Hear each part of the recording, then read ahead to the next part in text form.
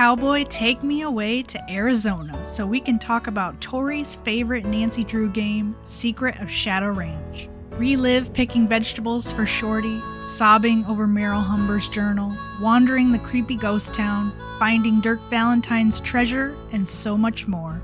With its iconic cutscenes, immersive ranch experience, and rich storytelling, this game offers memorable gameplay every time. So saddle up and join us for a fun ride with today's discussion. Come on, Bob. Howdy, everyone, and welcome to your favorite podcast. Stay tuned for deep dives. My name is Carter. I'm here with my lovely co-host Tori, and the reason why I said howdy is because we are going all the way down to Arizona for today's episode. Yes sir. Last week we got to talk about my favorite Nancy Drew game, and we went through that entire game and unpacked it. And today we are actually going to Arizona because game number 10 is my lovely co-host Tori's favorite game. It's true. We have not been secretive about that since season 1. I'll tell anyone who wants to listen that this is my favorite game. And you know, I know like you kind of shared your like first experience as a kid coming to Shadow Ranch, but actually, okay, Carter, I'm gonna turn the tables back on you for a moment before we start talking about my experience, only because I just think that the audience deserves to hear needs to hear that you actually you have a little bit of a interesting relationship with this game, because like last week we both were talking about Danger on Deception Island as two people who really love it, Right. and you have been on something of a journey with Secret of Shadow Ranch. And I was just like, before we do anything, before like I get into my lore, my like Shadow Ranch lore, I was like, I really just need Carter to talk more about Shadow Ranch and just share a bit of your journey, please. Sure. Yeah. So it's funny because when I did share it with you, you were just shocked. Like I was. I took the rug from your feet. Yes, yeah. Did I think truly, I dropped this to you in an audio, and you said you came back in another audio, and you're yes, like, whoa, wait a minute, go back to that part. Yes, you did. You just kind of casually, and I'm like, hold the phone. What the heck? You have not told me this before. Yes, this is true. And Carter insists that he has told me this before. I don't know. So maybe I feel like I would have remembered such a bomb drop. But anyway. Okay, yeah. so the story goes is that I actually, my first time playing Shadow Ranch, I had this opposition to it. And and I was like, this game's overrated. Why does everyone make such a big deal about this game? It's a little overrated, right? However, when I first played Shadow Ranch, it was not it wasn't a game that I played like early on as a kid. I played it when I was a little bit more in my teenage years, maybe like 13, 12-ish, somewhere in there. So, you know, this story is heavily based on a love story. And so I think in my very early teen years, as like, you know, teen angst and whatnot, I just was like, so what? You know, like this is so overrated. Why does everyone like this game? Blah, blah, blah. But then I have obviously replayed it as an adult, and I have to retract those early teenage years feelings, because in fact this game is beautiful story. I can appreciate it now for what it is. And so that's like my mini journey of how I feel about this game. Yeah, I'm glad you came to a place of appreciating it. Honestly, I'm trying to like wrap my mind around what. Yeah, let's be real. Let's be real. Yeah.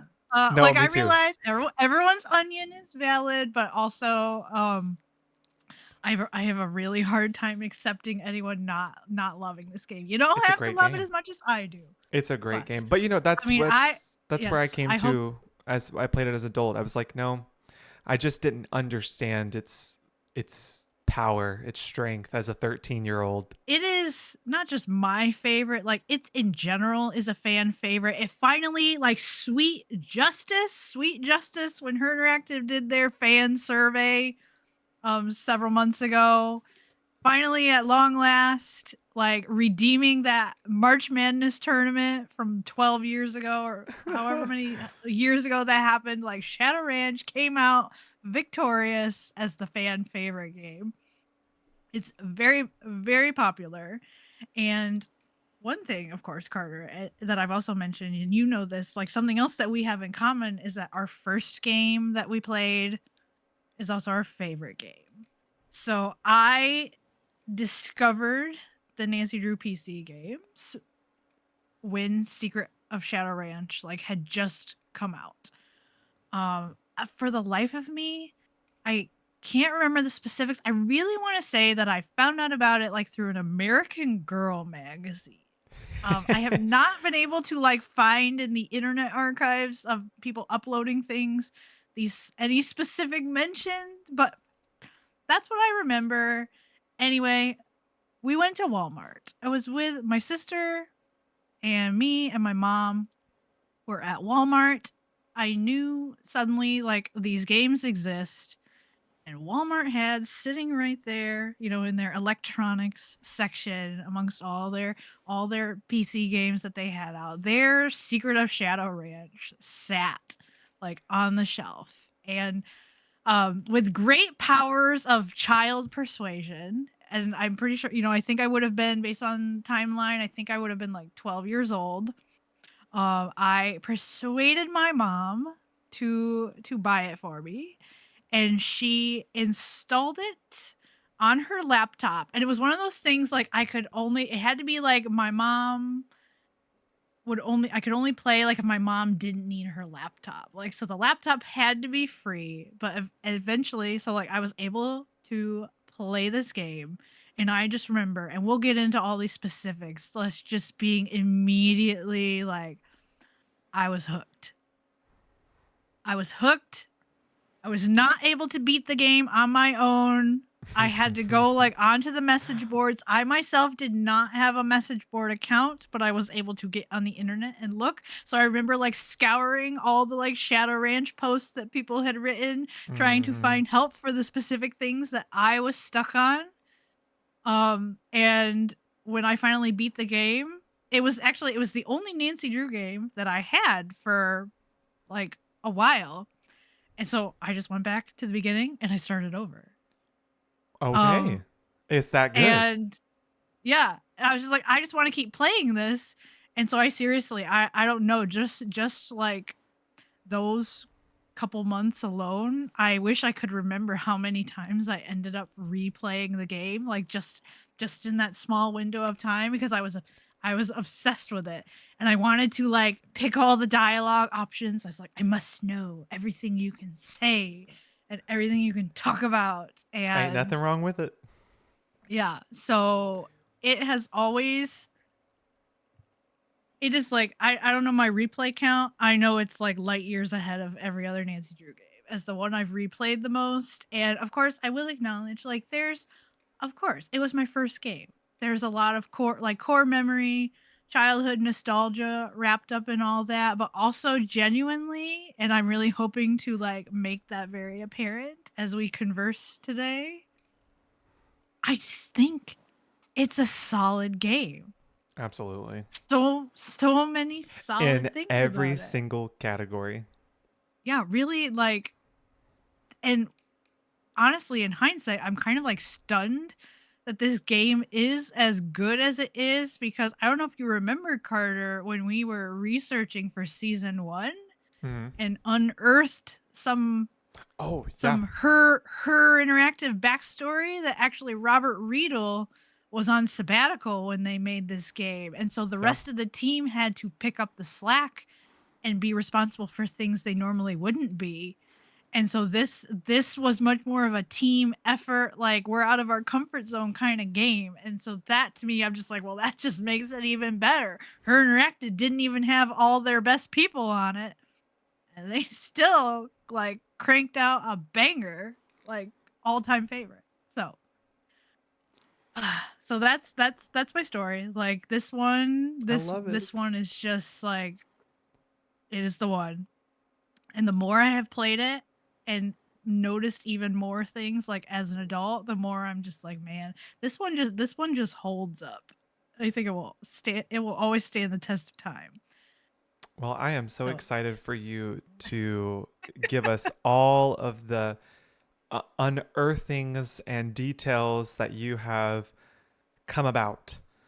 I'm very excited about that. I'm excited. Well, I'm excited to talk with you too and and get your experience well of some of these like very iconic, also in certain cases traumatizing moments and puzzles and things. But anyway, I just thought similar to how we did last week's episode.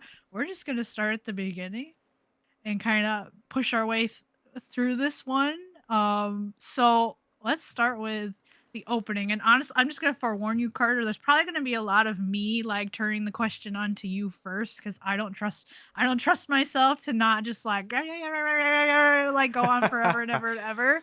If I start talking first, so I I want to know like this as an opener, and I guess I'm gonna say let's talk like from the letter to when you talk to Shorty for the first time after you've Mm, talked to the Raleighs. Like great. just that little pocket of game. Like what was that? What has that been like for you as a player? Like what did you think? I want to make an interesting note here about this particular opening. So, I had been working on a Nancy Drew project, actually, the one that I've shared with you that I haven't actually put out yet, but that I've worked on. And I was focusing particularly on sections of like openings of Nancy Drew games. This opening actually does not follow some of the patterns that a lot of the great Nancy Drew games have done. And it interests me because it actually has a more like slower paced kind of opening where it doesn't drop you into anything like immediate. It kind of like lets you like kind of walk around and mosey around, and kind of explore. And I actually like love that it drops you right there after the opening letter, right into the opening living room house area, and you just get to go. Just go and explore every corner and cranny of the house. And the particularly the opening letter part, I remember there being like, some twinges of like I don't know what that music is. I think isn't it like the same music that plays in the when you're going to the deserted, Ghost yeah, Yeah, Ghost the Town. ghost Dry town. Creek, I think. Yes, Dry Yes. Creek. So it is actually interesting because like you get the letter opening and it's like, oh gosh, what's what's gonna happen, like it gets a little scary, but then it's funny because as soon as the letter's over, it just drops you right into the house and it's bow, bow, bow, bow, bow, bow, or whatever the song is, and it's just like, oh, happy ranch, so it's interesting. I thought it was going to be a lot like I didn't know what the beginning was going to be like. Yeah, it's actually you make a good point, and that's actually one of the things is, and what I try to like, I replayed this game before in the time leading up to us making this recording, and I tried to again. This is something that you and I have talked about, and actually something Carter and I will recommend to all of you is. When replaying Nancy Drew, we highly encourage you at some point to play against all your instincts. Oh yeah. Do like everything That you would not not in the do. order you would usually do it in. Do things you wouldn't normally do because you are almost guaranteed to have some sort of experience or unlock some sort of conversation that you wouldn't otherwise. And I do think it's fun that because of that option they give you, they kind of just like drop you into the story. And there's a natural inclination, of course, because of that, like, yeah, the mysteriousness of like Nancy shows up and she's the only one there. Like, and she's got this cowboy and his chaps who won't talk to her. He picks her up at the airport. and the Raleighs aren't there. Bess and George. And so Nancy's kind of like, oh, and the music, yeah, the music's going during the letter, and it's like, oh, what's happening here? And so Mm-hmm. of course your natural instinct is to, and usually, and actually how my playthroughs generally have always worked out is I remember like I was very into the phone, so I checked email and I saw Bess and George like, call us pronto. And then also, you have been instructed to call the Raleighs. So my natural instinct, of course, as a Oh, so you're player is to following the rules. do those things, follow the rules, make the phone calls. But it's funny that you can actually you can get some rare interactions by not being a rule follower and like, yeah, I'm just That gonna that kind would of have been me. I'm gonna mosey around and I'm gonna do other things. Like for Yes. example, you can wander over to Shorty and he'll get it all like he's like, he's losing his mind, like, you gotta talk to the Raleighs, I can't talk to you. And if you go, and this actually is my favorite one, like if you go outside you can talk to Dave and you haven't Mm-hmm. called the Raleighs yet, Dave gives you this He will very like, shade you. yes, this very passive aggressive, like, when someone tells you to do something you should get in the habit of doing it, like very, Yeah. like, I'm That's not very funny. dealing with you right now. And actually my probably my favorite one is you can call the Hardy Boys like Mm-hmm. right away, not knowing anything about the mystery.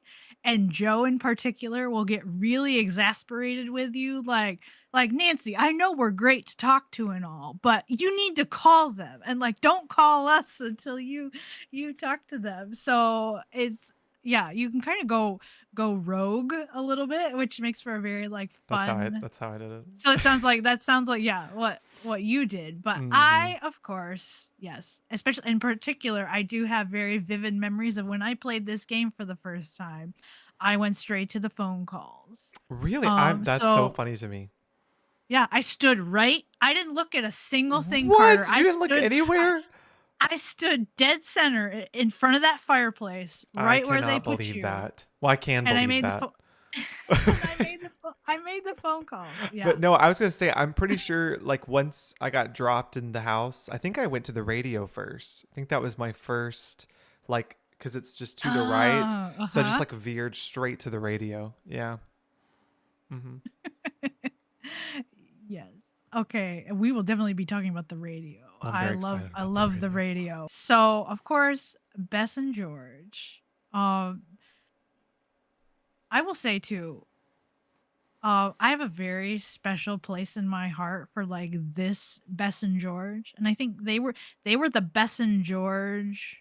Um, Trying to think for how many games. Actually, not that many. I think those two VAs like in tandem with each other. I know they did this game and they did Last Train to Blue Moon Canyon. Mm-hmm. And actually, I think that's it because by the time you get to the two of them paired up again in Haunting of Castle Malloy, Bess's voice actors had changed. But these particular VAs, like this Bess and George, they're kind of like I really, when people like ask online and stuff like, who are your favorite Bess and George combo? I'm always like very tempted to say these two because I just think like the back and forth of their conversation and their naturalness with Nancy is so fun. And I love that it becomes like an entire saga through this whole game of them just trying to get like through the airports to Arizona. And so you start with like they're stuck in Omaha cuz their planes got problems. And do you recall like as every time like the saga continues and Bessel makes it, that's it, we're suing the airline, we're Yeah. suing the airline and the weather service, and she just keeps adding on like who they're gonna sue. Yeah. They're particularly It, funny in this one. yeah, they are so much fun, and it's just such a solid, like, it really, I think, again, you and I both, me in particular, I feel like, I love some good world building, and so it adds such a richness that they gave Bess and George like their own little like saga that continues literally like through the entire game. They're just trying to get it. They're just trying to get across the country to Arizona, Yeah. and it's not working. But then, of course, also there's the Raleighs, and I do want to know, like, Uncle Ed and Aunt Bet. Please tell me you love them. Like, how I much do you do. love them? I don't know why in my brain I always picture them to. You ever seen like The Wizard of Oz, right? Yeah. That's who I think of as Aunt Bet and Uncle Ed and Aunt Bet Raleigh. Yeah, Oh. that's who I think of. Yeah, that's the Dorothy's parents. That's who I think of. That own the farm. That's what I think of. Uh-huh. Mm-hmm. Oh, yeah. They are truly so charming, and I think it's fun the way they kind of immediately, like, they become so endearing because they're like, well, Mm-hmm. you call us Uncle Ed and Aunt Bet too, like, just because Yeah. you're not related. Um, but also I do think, like, in terms, like, from a writer's perspective, the suspense that is built with that phone call Mm-hmm. is so good. Because first of all, Mm-hmm. okay, that beeping sound, Yeah. which you as a nurse, like, you know even better than I do. Like, you just hear that. You haven't been told anything yet, but as soon as they pick up the phone, you just hear that beeping. And Mm-hmm. then more and more comes out. Hospital, rattlesnake. Like, oh my goodness, like, what's happened? And then, of course, you get that very, like, right at the very end, like, phantom horse. And they have to cut the conversation off. You get that's all you get. And I think that's such a great, like, they tease Snippet. out just enough, like, here's your mystery. Mm-hmm. And but then they just kind of leave, like, you can't talk to the Raleighs again Yeah. because of that, like, nurse who comes in and needs to run some tests. Now So this isn't the phone call where they tell about the storms, is it? Maybe that's it. Is that another one? no, that It's later comes on. later. Well, I Um tell you, I don't know if this it just like what you're describing with the phone call and everything, with this being like like a slower pace, like like opening, it works so well because of those elements right there that make it so effective. Is like they're gonna like give you little like chunks bit by bit, and it's gonna keep leaving you on this like trail that you just want to keep following. You're like, ooh, what is this? You know? Yeah. Then, of course, now this game, like, again, as you talked about, you kind of are free to do whatever. But I Mm-hmm. figured at this point, like, so we got all these day one happenings. And I figured what we could go ahead and just jump to next is kind of at this point, in whatever order you choose, it is time to meet all of the cowboys. And The first one being Shorty. likely Shorty. So, all right, first impressions of Shorty. What you got for me? Oh, um, he's loud and he loves to talk. He's loud and loves to talk. That was my first impression. Yes, yes, and it's funny what you just said. I can hear. Hey, you must be Nancy. Yes. Okay. But also when you said loves to talk, I was having this moment of he's going on and on. He's like, I like to debate, to discuss. And Nancy's like, Yeah. you like to gossip, don't You you? He's like to, more yeah. than anything. Yes, yes, yes, Yes, yes, yes. yes. Shorty, um and his gossiping ways, a Mm. very, and of course, this is one of my favorite Jonah von Spreeken roles. Like, he just held nothing back, and we Yep. haven't even gotten to, like, Shorty's finest moments yet. But yes, like, so the friendliness, but also, and one thing I was really excited with this episode is kind of, okay, I'm gonna go on. I'm a broken record about me and my breadcrumbs. I gotta talk about my breadcrumbs. Oh, I'm And ready. I find it very interesting in hindsight that Shorty is the one. He just brings it up himself when you ask him about the Phantom Horse. He's the person that you find out about Dirk Valentine from. Like, your first mention of Dirk Valentine comes from Shorty, and I always, that to me is like the classic, like when the villain tries to make themselves look innocent by Mm-hmm. like casually talking about the crime and all the things related to it. And so it's one of those, like, would he really, would he really be bringing up Dirk Valentine um when he very much has some bad intentions here, but it's like I think that's very fitting. Like, he's immediately like deflecting suspicion off himself Oh yeah. by, yeah. So um I think that's such a great moment. And also Shorty, like, one thing is, like, Shorty has this air of, like, seems to be very superstitious. Like, he acts like he's real superstitious, like that horse is just bad luck. But and I'm tucking that thought away because I think it's interesting what this game does with who's actually superstitious in this game. But anyway, so we already mentioned Dave. You know, Dave. Oh, the Clue Crew. They have a lot. They have a lot of adoration for Dave. But anyway, as a character, again, like, first impressions, anything like that, like. Oh, of Dave. Yeah, Dave. I guess thinking back to like when I was playing it, I was like, okay, so he's like the cowboy, like the cowboy, like the one out here doing the work. That was before I met Tex, um, you know, who's really the cowboy. Yeah. But I mean, no, not like super. I don't think I had like a whole lot of vibe for him yet on that first interaction.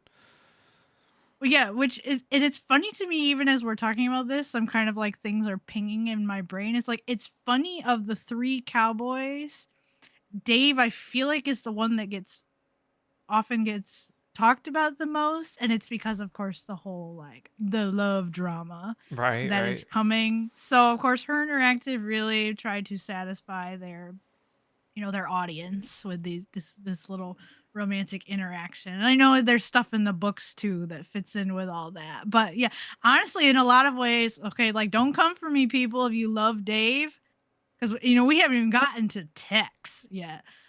Dave, kind of, in a lot of ways, to me, he's like the most. I don't mean this as an insult, because I still love him. Like, he's almost kind of forgettable compared to the other two. Because, like what you just said, Shorty is so dynamic. Tex Yeah. is dynamic in a different kind of way. But, like, Dave is there. But anyway, actually, one thing I do find funny is, again, like, Dave is he starts very, like, kind of standoffish. Like, he's polite, but also he makes a lot of comments, like, seems like, doesn't want Nancy underfoot. And but then you start to find out more, like, if you talk to Aunt Bet, she's like, oh, he's just shy.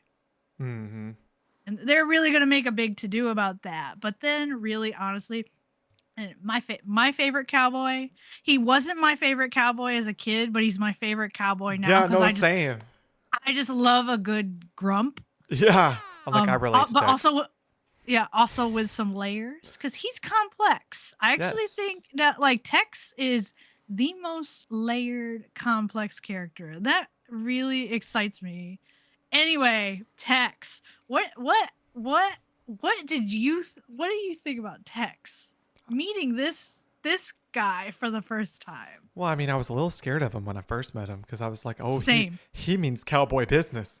Same. He means cowboy business. Yeah, no, I was terrifying. he was terrifying. I was scared I was gonna get in trouble and do something wrong.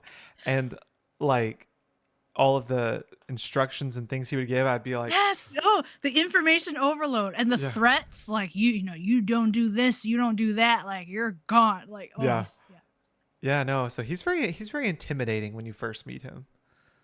Yes, that immediate intimidation. And I know, like, let's see, the voice actor, it's the guy who also did, like, Red Knot. Henrik and Brady, Red Knot. So yes, he really does that, like, deep, gravelly, kind of intimidating, gravelly, like, roughness really well. I was just like, oh my word, this guy scares me. Like, I'm afraid to ask him anything. But I also like his mustache.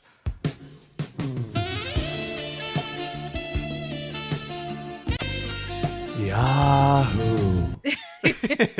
Now this is very exciting to me. Again, this is going to I replayed this game, Carter, and I went against my instincts. Because Yeah. as you already mentioned, we would usually talk to Shorty. Probably the player's natural path would be you go Shorty, then you go Then Dave, Dave, and then you go then Tex. Tex. I resisted all my instincts and I said, Yeah. I'm gonna go. I talked to the Raleighs. I'm like, I'm gonna go find Tex first. And that created a particularly unique experience. Like I think there's a rare conversation that they kind of sneak in here and it becomes relevant to like some later stuff that comes up with him is okay, so you have to talk to the Raleighs. Then you can go in and talk to Tex. And if you ask him about the Phantom Horse, like they mentioned something about a Phantom Horse, Tex will be like he'll say like you'll I think it's something like you ask him if he knows anything about it. You get the classic nope. I'm pretty sure that's what it was. Which really seriously also by the way, how does one word become so iconic? I'm telling Like you. to a single character. Like he should have That's a his trademark word. on the word nope. Yeah. Like and I can't even do it justice. I don't even want to quote Tex during this episode because I cannot do him justice. But anyway, you have to. I found ask Tex about the Phantom Horse. He's got nothing for you. Then go ask Dave about the Phantom Horse, and there's a conversation option I think that is like easy to miss, but you have to make sure you ask Dave about the Phantom Horse, and if you go back to Tex, Nancy will be all like, are you sure you don't know anything about this Phantom Horse? Because Dave said like it ran by everybody. And Tex will he'll fess up like, well, actually, I did see the horse, but I didn't want to talk about it because it gave me the willies. And Really? yes, and he goes on about he's never seen a horse move that way. He found the whole thing like weird. Weird. And I was like, this conversation, like what? Like you would, and I did double check. If you play the way you'd normally play, like go the other order with the Cowboys, pretty sure you can't get that conversation unless you make sure like you have to talk to Tex before you start talking to Dave. Or you're just gonna flat out miss it. But what stood out to me was who's actually kind of this complex guy, like tough guy exterior, but immediately you're getting this like Tex is he's got the superstitious vibes going on. Like he is unnerved, which I find that like complexity to his character. That he's not the one just like brushing off the Phantom Horse, like whatever, it's no big deal. Right. Like he actually was genuinely unnerved Spooked. about it. Yeah. And Nancy can actually also ask at that point about like, could you can train a horse to do all that, right? Anyway, I just wanted to share that with everyone. Like, Oh, that's so interesting. Replaying this game, maybe like explore, see if you can get that conversation to happen. Never even heard that before. Yeah, it adds a nice little layer to his character. But then, of course, here's a fun one. Like Tex is judgy. Tex is judging our like you ain't gonna last more than 3 days out here or whatever it is he says. Like he's immediately assuming failure on our part. Like thanks, city Tex. slicker. Like he's just waiting for us to fail. Let's see. Now, okay, this is what I wanted to go back to. We can kind of go back to like again because there's a lot of exploration now you can do at this point. Like just the whole ranch. I'm talking like inside the ranch, outside the ranch, like what. And you already mentioned the radio, so if you want to talk more about the radio, like please do. But I'm just like this like the environment and kind of like the ambiance and the immersiveness. Like I'm curious to hear your thoughts. I've said this before on a stream. There is a artist. Her first name is Ayu. Hope I'm pronouncing that correctly. But she worked on a lot of the really aesthetic heavy Nancy Drew games. Like I when I say aesthetic heavy, I think of this one and Curse of Blackmore Manor, like those. She was like a huge part of the design of these games. So, and they all have this bit of like quirkiness to them that's just so articulate.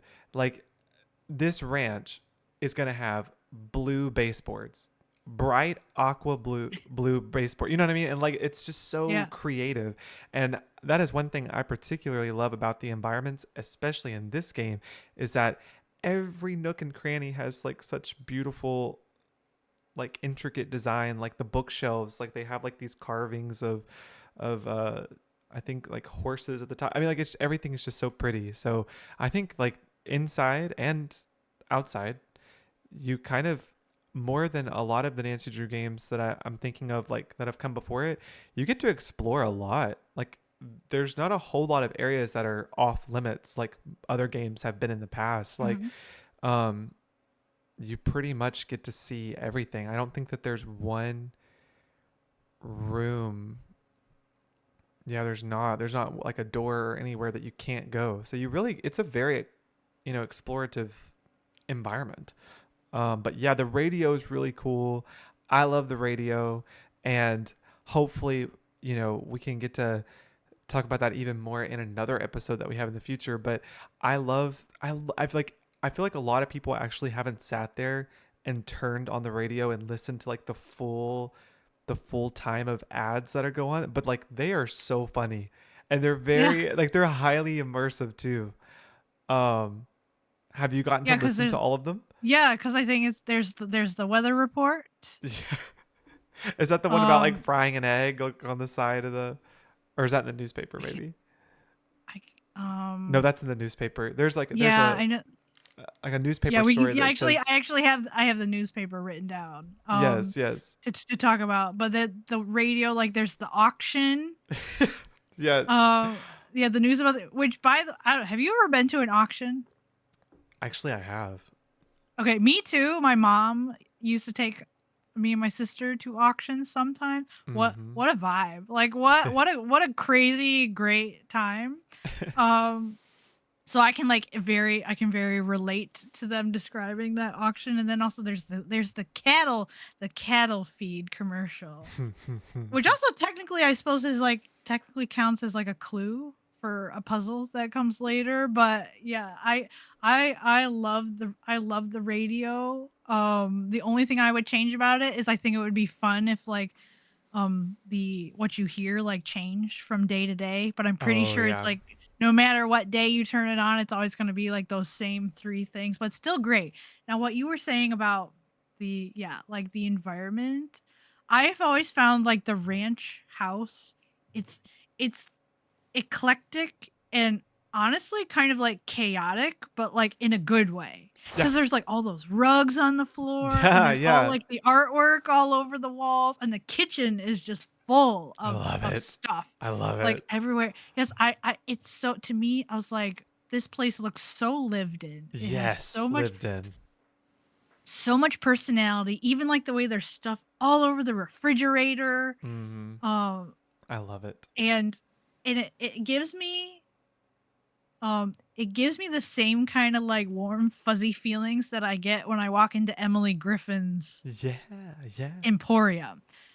And that maybe I honestly think too this is because of I live very rural. Mm-hmm. And so I've had a lot of experience like going into these like quaint little country shops, which also I'll have things to say about Mary Ozzy's when we get to her place. But like any of these like where it's kind of just like there's just like stuff everywhere. And it's just like this fun little exploration.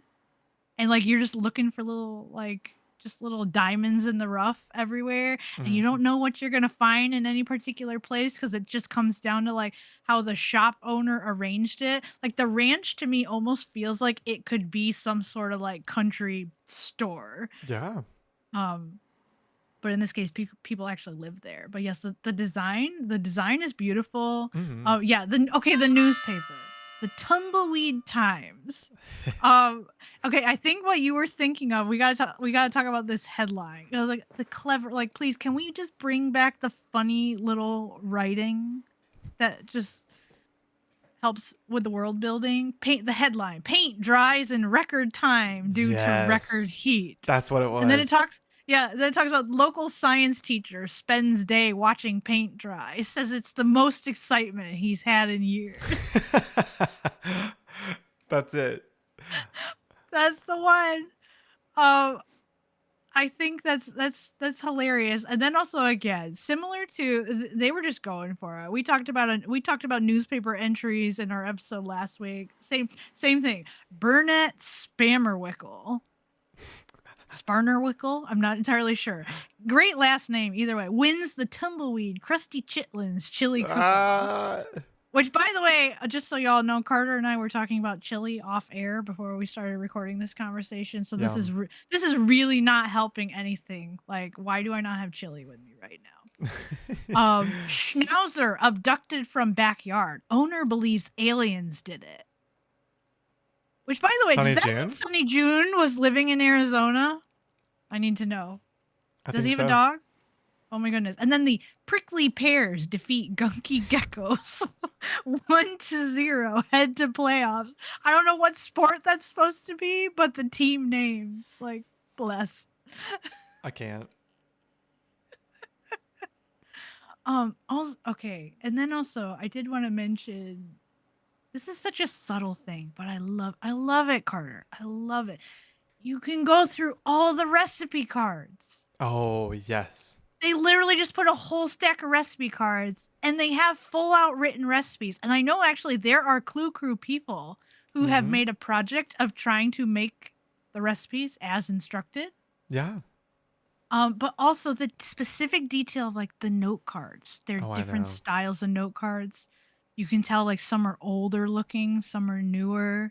The handwriting's different. And so you just get this sense of, and we even learned like, the Raleighs bought the ranch from someone else who left a lot of junk behind. And of course we know like the Humbers owned it eons ago. So you really do just get this sense of like, this is a place with such a rich history, and like everyone who moves in, they just leave some of their stuff behind. Yes. And so it's like just this converging of like history and families and things. So I love it. I love it too.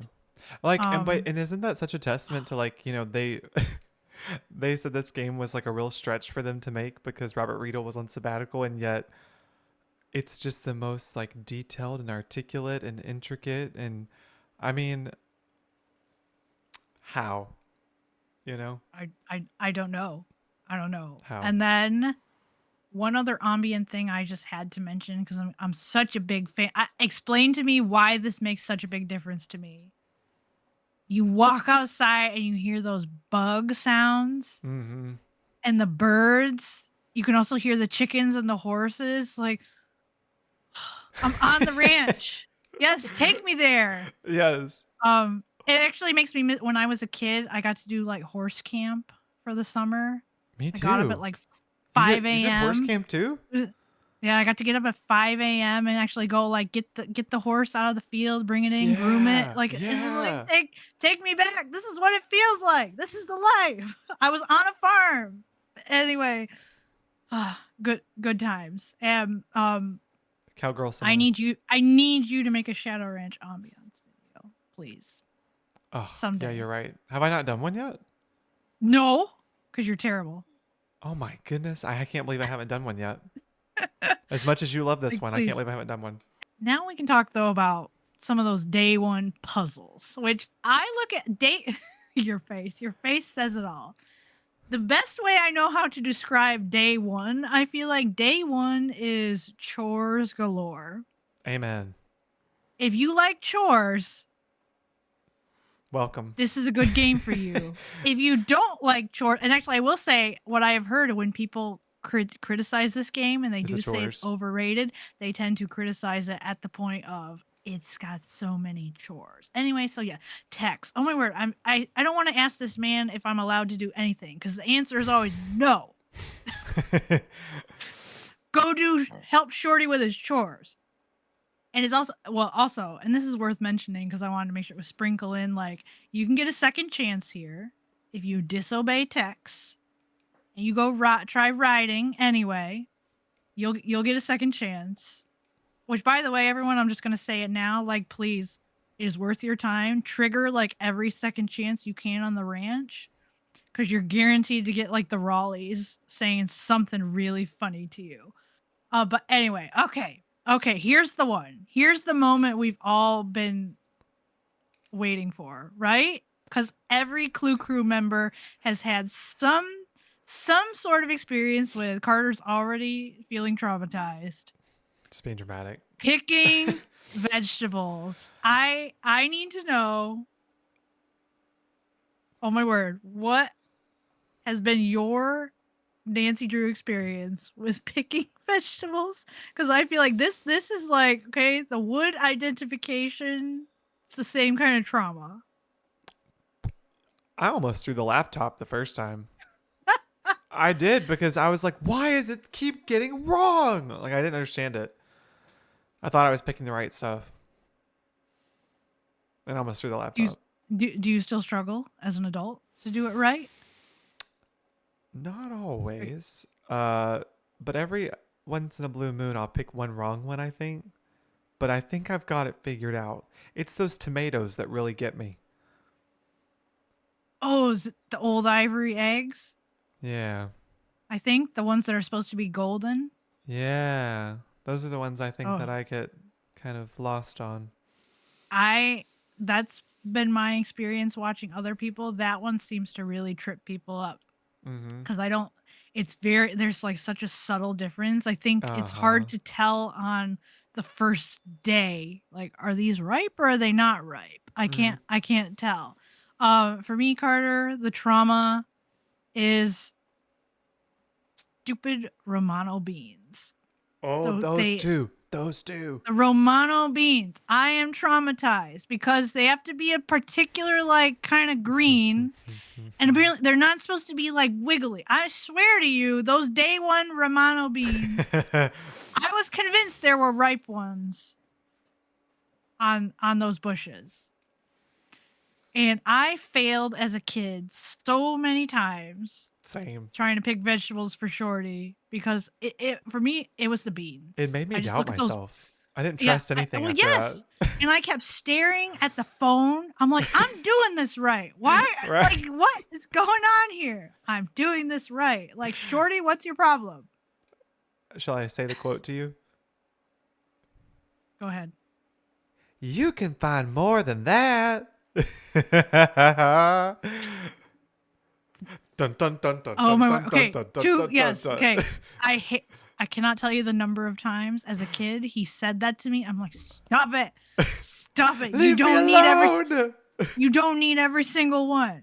I can't find more than this. What do you want from me? You go do it. Yeah. But also, okay. Now, I will say at least they give you 2 chances to get it right. It's true. But the other trauma is you do it wrong the second time. Oh no, you picked stuff that wasn't ripe again. It's both of those. Both of those lines. Like, I've experienced them both. It's the worst. It's also funny, I will say, just for chaos sometime, y'all go out and like pick every vegetable. Just pick them all.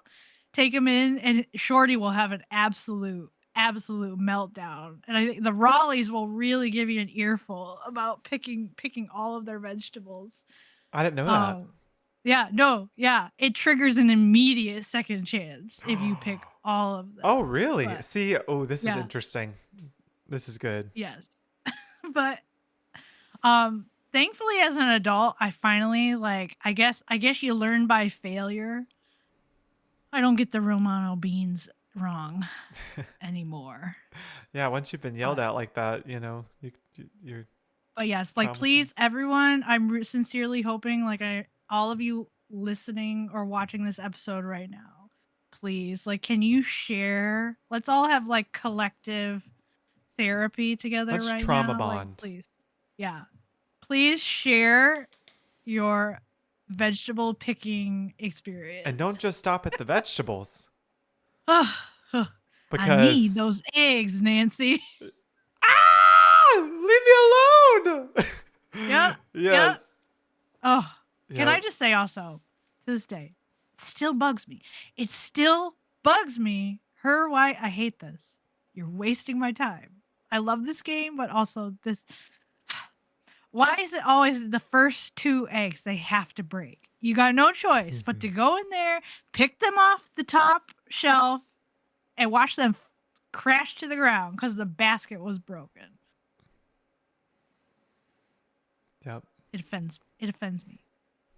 Now it is kind of, if you like jigsaw puzzles, pretty straightforward to put the jigsaw pieces I back like jigsaw together. puzzles. Yeah, I like a good jigsaw puzzle. And actually, I know this game has quite a few like jigsaw Yeah, puzzles. I like doing a jigsaw Um, puzzle in a chicken coop in Arizona. yeah, but then of course, okay, there's another second chance. Now this one really, unless you're just being mean, going after that poor chicken of doom. If you bug it twice, again, you get another second chance. However, gotta credit. It's gotta bug the chicken at least once so you can hear Nancy say, "Maybe I'll come back when she's not in such a foul mood." Nancy's the best. I love her. Oh, also, okay, this is backing up, but again, like the dialogue is just flowing through my brain of it's so hot. I should get these vegetables into Shorty right away. Oh, yes. Now you said that, and I want to pick that apart, but I think I will save it particularly for our future episode in this season. But that's a great world building Oh, thing that they're doing right there. oh, yes. I Mm-hmm. know. Yep. Anyway, eggs. The eggs, I don't mind it. The one thing I like wish were different is like if the chicken of doom happens to be hanging out in her roost, you have to like scurry all the way back to like I think you have to go somewhere where like you walk through a door. So it's like Mm-hmm. it triggers the game to reset and then the chicken goes away. Anyway, however, okay, we complain about these chores personally, and Carter already knows this about me. I like doing chores. Me too. I like it when I have to do chores. I like to check them So, off the list. I enjoy getting the vegetables and the eggs. And then of course the other chore, but you kind of can do it whenever, is to build the campfire. Yeah, I struggle with that one. Oh, you do? No, well, Mhm. no, I mean, not anymore, but with the first playthrough that I had, oh my gosh, I struggled with that one, that puzzle particularly. The journal. The journal is a lifesaver. I'm like, I would be clueless because Nancy very kindly mentions like the three kinds of wood that you need. I'm like, I wouldn't have known. Yeah. I I've never built a campfire, so thanks for telling me, Nancy. And again, her interactive in its scavenger hunt era, because you got to go Oh, around like looking for those sticks. they're so hard to find. They're sneaky. Yes, They're some of the so sneaky. angles. Hmm. I actually almost had. I'm being dramatic, but I almost had a panic attack when I replayed this game last because I couldn't find one of the sticks. I was like, where, Where is it? where? But I Anyway, mean, like they're tucked away in spots where you normally wouldn't like, yes, yes, walk to. strange So angles. yeah. And of course you get the Denver bank robbers breadcrumb when you're gathering newspaper. You find that coded note, mysterious, in the fire Mm-hmm. pit. Mm-hmm. And of course, I love the wood chopping. Oh yeah, I like the wood chopping Um too. Great line. Just call me Nancy Paul Bunyan Drew. Oh, and then okay, again. Now it's interesting, like the pacing. Even what you're just like, this game is a slow start. It really slows you down because they're going for like the full immersion ranch experience. So you gotta do Mm-hmm. all these chores. You think finally, you know. Well, actually, you already know about this. Tex has already warned us about this. You still can't go riding, Carter, because Holt Scotto walked with his seamanship quiz so that Tex Britain could run, or should I say gallop, with his horse quiz. So, but before we get to the quiz, I also want to know, like, so thoughts, anything you wanted to say maybe about like, the horses, the horseback riding element of I this am game? so glad that they put that in there. You know what I mean? I think they were, which I know we're about to talk about, but they were definitely hitting on what was popular at the time. And Yeah, we've talked yeah, about this before. we have. I think I don't know if it's like I don't remember what we said, what we called it, but I was like, oh yeah, Danger on Deception Island, Shadow Ranch, and Curse of Light or Manor. Man, it was just like the things that were just like Yeah, like in at the time. yeah, Yeah, what'd you say? Marine life, horse girl, like Hogwarts, I yeah, think. mm-hmm. Yeah. Oh, Yeah. now. Yeah. Um Now I am curious. I did want to ask when you went into this game, and I don't know if this was even something you thought about because I definitely did think about it because I had played a lot of horse games at that point in my life because I had a very strong like my horse girl era. Yes, I lived it fully and completely. It hasn't quite died. Um, did you have any sort of expectation going into this game that you would like get to choose which horse you rode? Or did you just like not even did that not even cross your mind? I don't think that was a thought that I had. But my hope was like, I want to ride a horse. I just want to ride, like, be on a horse and ride it. Okay. Yeah, but I don't think I thought like, oh yeah, we're gonna be able to choose our own horse from a set. I didn't think I thought that. Okay. Well, I did. I had child expectations going into this, and this would come from my Barbie game playing specifically. Okay, all the Barbie riding club people, please rise up. I had played a lot of Barbie Riding Club, which just so you know with that game card, like you get to choose your horse. You get to give it its own name. Like it's a very like player's choice kind of experience. And I'm pretty sure Her Interactive, of course, being clever, I'm pretty sure like all the horses were on the cover art somewhere. Mm. I was fully expecting, I was like, I get to choose one of these horses. So there's Bob, there's Clyde, which is the dapple gray, and Ace the buckskin. And I was thinking, oh, I get to choose my horse every time I want to ride somewhere. And no, I did admittedly have a dashing of expectations when Tex made the decision for me that I would always be riding Bob. That being said, I do not hold it against Bob that he was the horse chosen for me. I just need you all to know I love Bob. He is the best animal in the series.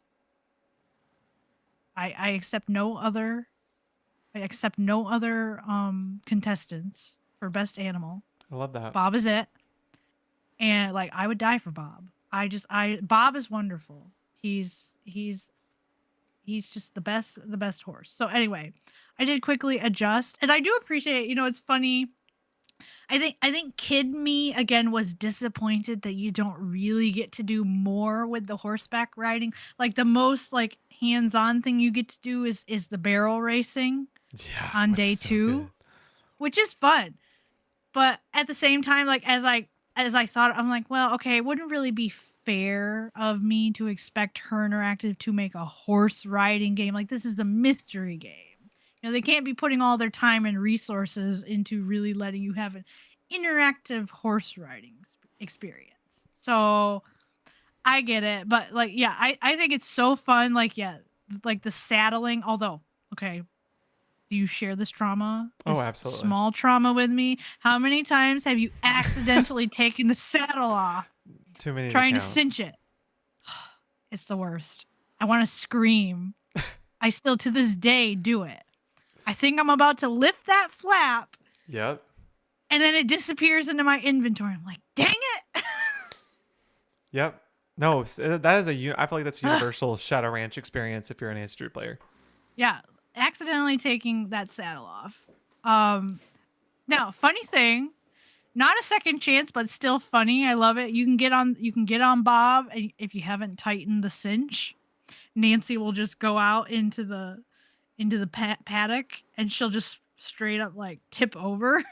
Oh, I love that. Yes. My favorite thing is that while she's upside down, Tex you is still see right there. Tex just standing there. Yeah, it's the Standing there best. in the corner. Oh It's man. The hilarious. second chances, I will say, in this game are great. They have really Yeah, great so second chances in this one. yeah. Yeah, because you can get a second chance if you don't take the saddle off Bob. Yes, you can. Yeah. Please always put the saddle back. Um Also, that's giving me, it is a little bit, I always get like Nancy won't leave the paddock unless she's put the saddle back. I'm like, I'm in a hurry. Why can't I just, Nancy, think of all the things, Carter, she's carried in her inventory over the years. Do you really think she can't just haul a saddle around while she does other Absolutely. things on the ranch? Like, Nancy, you're just being unreasonable. Anyway, Unreasonable. now it is funny. Okay, fun fact to everyone. You will not get in trouble. Despite all of Texas threats, they're empty threats. You will not get in trouble if you don't take the helmet hat. And you will not get in trouble if you don't get your canteen filled. And you will not dehydrate. I did not know that. You can play the whole game with no water. Nancy won't die. I did not know that. And now I will say I have not tried to play the whole game without taking the helmet hat, which I need to do that sometime because there's a very specific moment later in the game where her having the helmet, it's like a little bit of a plot point. But anyway, I got on Bob without the helmet, and Tex didn't yell at me, and I didn't fall off or get a concussion, anything. So there you go. So he's just a blowhard, I guess, when it comes to drinking water. I did not know But that. now, the quiz. The quiz. Thoughts about this quiz? I was really bad at it, and I'm still really bad at it. Like, there's a lot of people, but you know what? And I've shared this with you before about me personally. I'm really bad at like remembering the types of stuff, like the types of horses, the types of dogs, the types of cars. Like I'm just like, it's a car, it's a horse, it's a dog. I'm just really bad at it. So like the quiz, I'm so bad. I'm so bad at it, Tori. Like I try and remember. I'm like, where's the horse's hock? And I'm like, we didn't plan that, by the way. We just said that simultaneously because we're friends. And yeah, like I'm still really bad at it. Like I don't know. Where's the frog and the this and the greyhound horse and how tall is a horse that's 15 hands? I don't know. I've always been, Tex, you did me dirty with the 15 hands question because the book doesn't say. The book doesn't actually. You have to like do mental math to figure that out because the book will mention like some other height and how many that is in hands. I was like, that's not fair. You're asking me to make some of my own leaps in logic. I didn't sign up for this. Why can't I just memorize the text? Like, don't make me think. Anyway, Nancy Drew game making us think. Like, and that's why I said Holt walked so Tex could run because Holt's information, you just literally just get on the internet, search it up. It's right there. Tex makes you have to kind of use a little bit of critical thinking. Critical thinking. Mean old codger. How dare you make me show that I can be responsible on one of your horses? Just let me ride. Yeah, no, I have trauma from that. There's a lot of trauma in this game. Those questions are seared in my brain. I actually remember. Here's the funny thing is I did like very, very diligently, Carter. I found the two horse books in the ranch. I read every page, which by the way, also it's like they knew what they were doing. It's like this game was made for me because I actually had a big thick as a kid, like during that time of my life. I had this huge like horse encyclopedia book. And I would, for funsies, literally just like sit in my room and just read it. So, like, did you come in with prior knowledge? Honestly, for his quiz, no. He caught me off guard with like every question. Yeah. But reading those books in the ranch, it felt like, oh, I already do this. But yeah, then I get out there and I'm like, wait. I can't remember. Where did I read that? And like, yeah, the way he asked some of the questions, like tricky. Then, and also sneaky. There's like 2 posters in Texas area that you're supposed to look at. and you may not realize that. Like, Yeah. yeah. You So I think it is kind of a scary quiz, but the nice thing at least is um you can just infinite take it guessing. again and You can again. literally just keep riding around the paddock in circles and he'll just keep asking the question until you get it right. Which I'm like, Tex, you're being way too nice. But yeah. I just love it. Like those I honestly right now, like I am so tempted to like sit here and just like start asking and answering every question because all 10 of them are like seared into my memory. Like, yeah, I can tell I can tell you I can tell you what a horse does when it's colicking. I can tell you how tall a horse with 15 hands is. I can tell you that a bay has black points. You know, all the things. I could not be So of assistance in this area at all. it is great learning. I'd be But watching you gallop and soar. but then at this point, like exciting, finally, all the chores are done. Yes. And we get off the ranch. And there's only one place you can go at this point. Mm-hmm. You're headed off to Mariazzi's. So I guess yeah, I which like I love her I'm shop. curious to know what you think, like her shop, Mm-hmm. her character, you know, Yeah. any of that stuff. Well, love her shop. You know, her shop is like it's Oh, cozy little small nook, you know, where yes. you get to just look at trinkets and all kinds of stuff. Yeah, I think again, like I actually have there are like shops in this area where I live that like they're not like that specifically because they don't have like the same kind of cultural elements factored in, but the same kind of like quirkiness of Yeah. like they're a little bit of a mixture of like it's a store but also it's a museum, Mm-hmm. which is so fun. Like I just love honestly, I go in there and I'm like, there needs to be more hot spots in here. Like I want to look at every little thing. Oh, I know. Because yeah, it's just it's like busy. The space is very like busy. But again, that it just feels so rich. So yeah, now her character, I like Mariazzi. I do think it's a little bit, and I don't know that this isn't really her fault per se. It's almost like she doesn't feel as dynamic compared to the three cowboys. Like I really feel like her interactive, they almost like set her up. Like how is she ever gonna measure up to like the three ranch cowboys? And like her interactive kind of purposefully like went for very exaggerated personalities. Like Oh, yeah. Shorty's the very loud, Loud. friendly one. Mm-hmm. Dave is the like cute, shy one, and then Tex is the scary, like gruff one.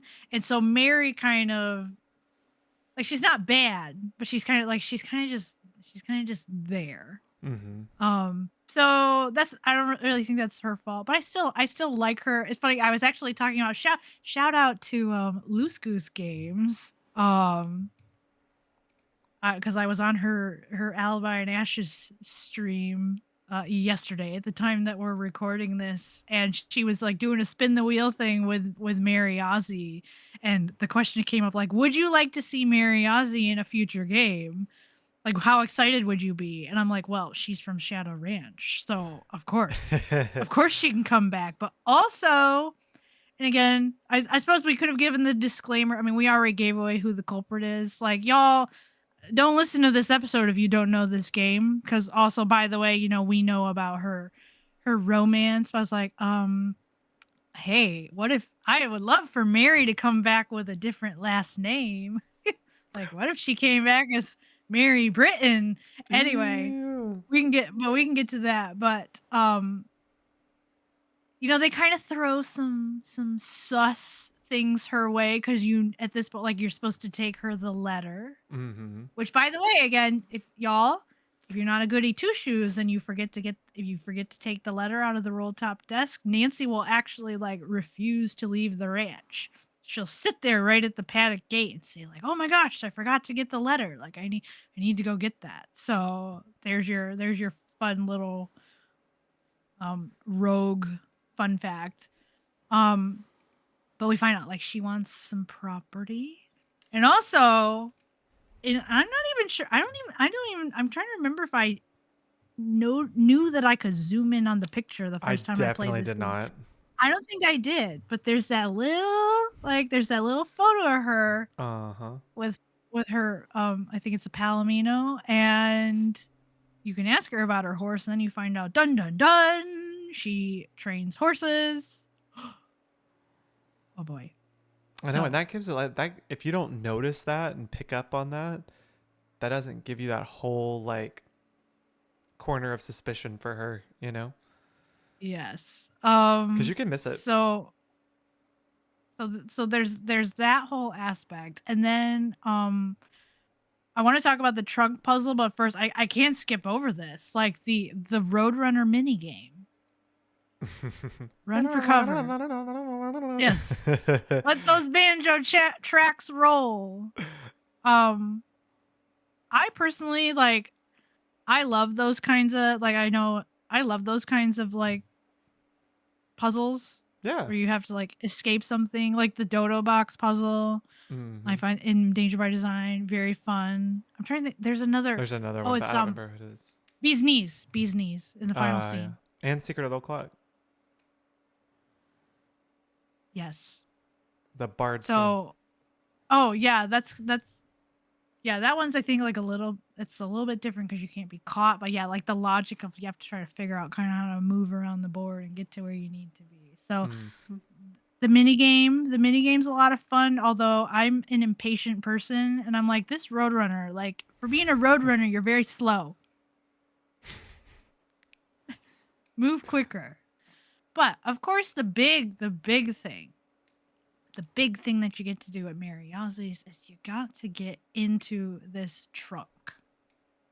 And this is of course, you have learned in your exploration of the shop about this Charlena Purcell. Charlena. She's quite. I don't know if this is I'm not sure if this is a hot take or not. No. I don't think it is. She phone character Shadow Ranch Charlena is vastly superior as a character to Last Train to Blue Moon Canyon Charlena. Absolutely. Like she's a meanie in Train. Yeah, she is mean. Like she doesn't feel like I can tell in Shadow Ranch that she really knows her stuff, but she doesn't necessarily come across as like kind of arrogant and nasty. And certainly not the kind of person who steals plot lines from, other people. But I love her as like a phone contact. And please, like, can we have the Charlena book about the Humber family? Also Carter. Okay, I gotta be real. Like, the phone hold message. The one time in this game that you get put on hold for Charlena.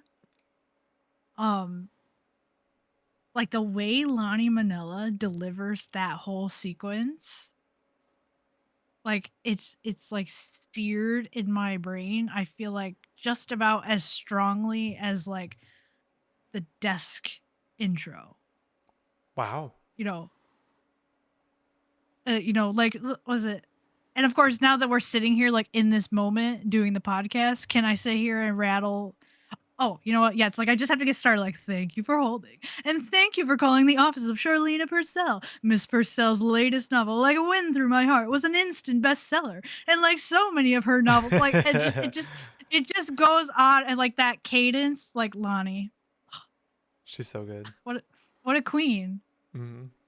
And actually, I think it's a testament to the fact that like you only hear it that one time, because every time you call after that, the assistant's all like, she even told me not to make you listen to that hold messaging. You really rate. Like it's so great. I had to shout that out. But of course, this is where like okay, the Humber lore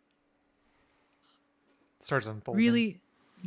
Really starts unfolding with this trunk, because Charlena's got all the Humber backstory.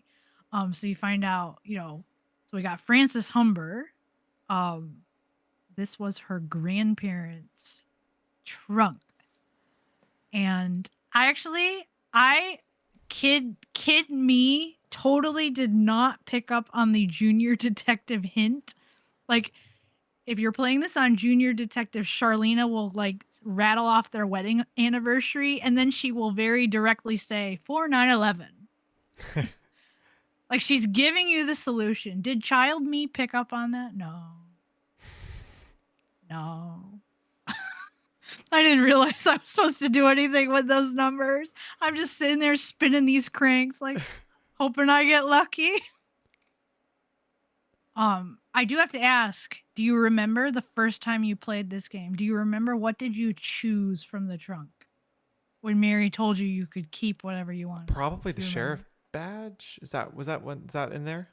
That's definitely what I took. Yeah, I think looked that's at what I all that took. stuff and I'm like, I want the sheriff's badge. That's cool. So you can imagine that how grumpy I was when I found out, well, the sheriff's badge is worthless to me. What do you mean I have to take it back? I was supposed to take the watch. How was I supposed to know that? Yep. I did the same thing. I was like, ooh, shiny badge. Take. Anyway, yes, I felt very like disappointed that I had to give my sheriff's badge back to do what the game actually required Wanted me you to do. Mm-hmm. Anyway, so of course that sets up for a big puzzle back at the ranch. Yep.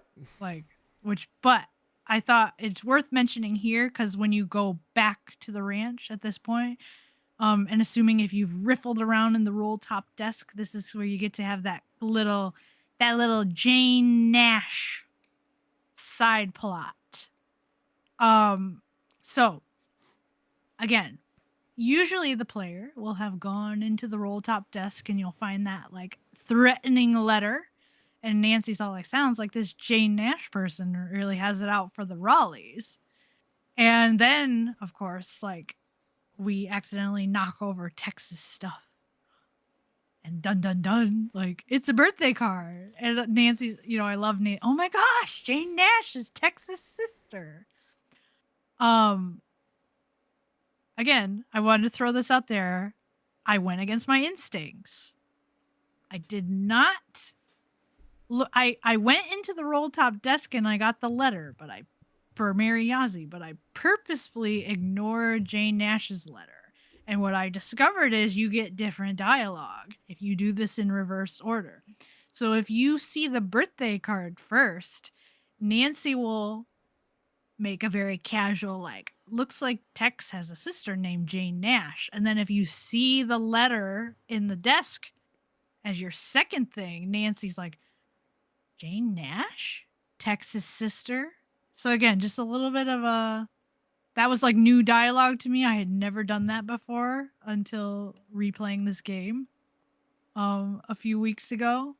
And okay, this is like okay, Carter, I'm like, this is like a favorite, like, lives rent free in my head. Rent free. Not paying a single cent is the way Tex gets so upset when he finds out you've been you start pushing the issue and he finds out that you've been snooping in his stuff. Like, hey, you've been snooping in the Raleigh stuff and my stuff. Like, and this right here, you need to go. I'm busy. Like, just the way, again, I can't do it justice. Like, I think it's David S. Hogan who voice acted it. Like, he's just the delivery. No notes. Perfect. And I tell you, that's one of those, like, okay, I'm curious about like Nancy Drew lines that have entered your everyday vocabulary. That became one of them. I would just like walk around my house just like saying to my family, like, I'm busy. I love that. Thank you, Tex. We love you. But then, of course, like, this man, I'm sorry, I'm a Tex Britain, like, he's the best. Tex Stan. He's my favorite because also when you finally do get him to fess up that Jane Nash is his sister, he says he calls her a flake. He's like, I probably would have fired her too. Like, well, thank you for being honest. The brutal honesty. Oh my word. Okay. All right, now I'm so ready. This just keeps building because like Carter. We're about to approach like honestly the single like I don't know best thing in this game. Let's be real. Yeah. Let's be real. Yeah. Anyway, And I'm so you already excited to hear your thoughts on this. You have been teasing for what, at least well over a year of all your assessment of the journal. I'm very oh my excited word. about it. Yeah, I have said to people, I was like, every thought that I need to say about this journal, like, and it's coming. Like it's gonna be on this podcast episode. Like you need to hear Woo! So excited. what Tori needs to say about Humber's journal. It's coming. Mm-hmm. Anyway, so the blanket chest puzzle. That's actually I think that's kind of a clever. Oh, I think It's so like too. very clever little puzzle because you have to make the connection between the colors on the clock and the birds. Mm-hmm. So very fun. And of course like this. Okay, this is where the lore like here we go. The historical like backstory. I'm sorry, like is there a Nancy Drew game that fleshes out its historical characters better than this one? I would say no. I just don't think so. Mm-mm. So, so you get in there. So you got Meryl's pocket watch. You unlock it, and you get the little pin to unlock the other watch. But then also you have this picture of him and Francis. And of course, like so much. We haven't even gotten to the journal yet. Like this, I feel like is kind of the game's real like launching point is when you get into this chest compartment because you find this letter from Dirk Valentine. Which, by the way, we just got to pause for a minute. The fact that they had the characters narrate the letters It's the and best thing journals ever. in this game. I wish we had Why it is this? for all of Why them. is this the only game they did that for? Ugh. I know. Like it brings it to life that you hear it in their voices. I so agree. Like it's funny we never get a picture of Dirk Valentine, and yet I still feel like I know him so well from his letters and also the voice actor reading for him. Seriously, like that's the key. It's the mixture of like all the writing and then also the voiceover. So anyway, big sad. Meryl Humber got a hold of this letter and he hid it. Very sad. And also this is very like all the like the dramatic irony in this game and stuff like that. Dirk wrote this letter. He'd just been arrested and he thinks like everything's gonna be fine, not knowing that like 5 days later he's gonna be hanged. And oh, it's so sad. And then of course you get all these like the puzzles. Like this game's big like treasure hunt puzzles are initiated because you get that petroglyphs paper, and then you find out we gotta know about Francis's favorite flowers. You know that there's a message in the jail cell. And then also, I thought this was really clever, and actually, again, child me apparently could not be bothered to sit down and figure this out. But he writes that numerical, like coded message. Oh yeah. I did not take the time to try to figure out like what he meant by that. It wasn't until I was an adult. It's like, you know what? I should actually figure out what that says. And then I realized, like, oh, okay, the numbers line up with the alphabet. And he's just saying, I love you. That's sweet. Okay. Yeah, but all right, the journal. Woo, the I'm journal. ready. Let me sit back. Well, of course, if you have any contributions, please make them. Okay. Oh no, I'd like you to say your full nonstop. Okay. Just I want to hear it. All Just I think give the TED Talk. I think the world needs to hear it. I've heard snippets of it, and I think it's wonderful, and I can't wait to hear it in its full entirety. Okay. All right, the journal. Well, we'll start with the usual things that people celebrate. Of course, people really get their heartstrings tugged by the voiceover. Once again. Which, okay, here we go. Here's another thing where we can say Max Hollowcheck was responsible. Because who is the voice of Meryl Humber? It is our favorite guy, Max Hollowcheck. So a couple things. Let me start with, of course, what's so great about it. Of course, yes, you get this sense of Meryl, like he becomes a real person. because of that narration. But then also when he gets, in particular, I'm thinking of, I think it's the entry when you find out that Francis's flower died. He gets like these emotional, like his voice actually starts to like choke up. You can tell he's like trying not to cry. Mm-hmm. Like, how dare you? But then also, I will say this to this day, I still giggle about this.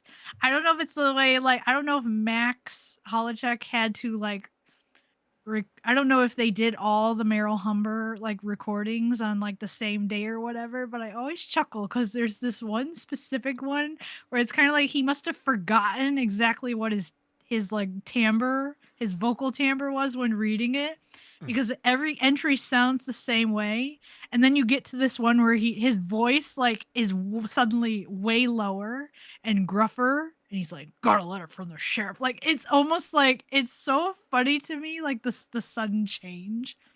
Like, I just had to bring that up. Like, and I think everyone who has played this game and knows it well, they know exactly what I'm talking about. Like the shift. And I just like, that's just a funny little quirk to me, that he kind of just like must have forgotten exactly how he voiced it.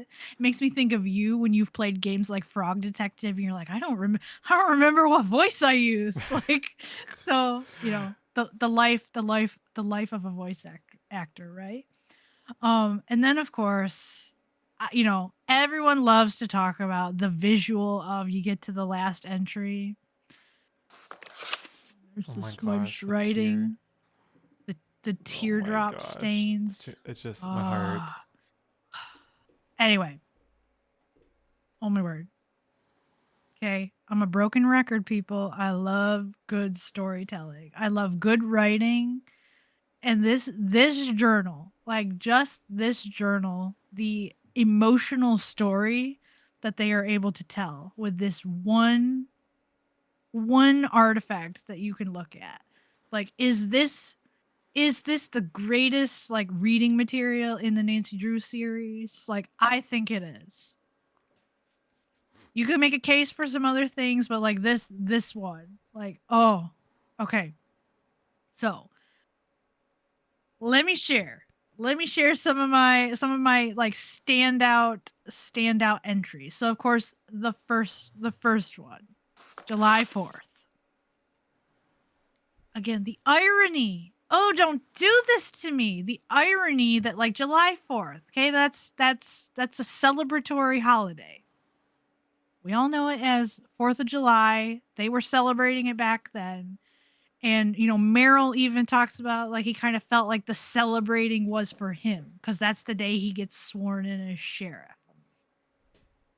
There is just such a like heartbreaking, tragic like irony to me, that kind of like this day of like peak happiness and celebration is like the day that his life ended, because it's all the choices that he makes as sheriff that really like, you know, contribute to like his family getting broken apart.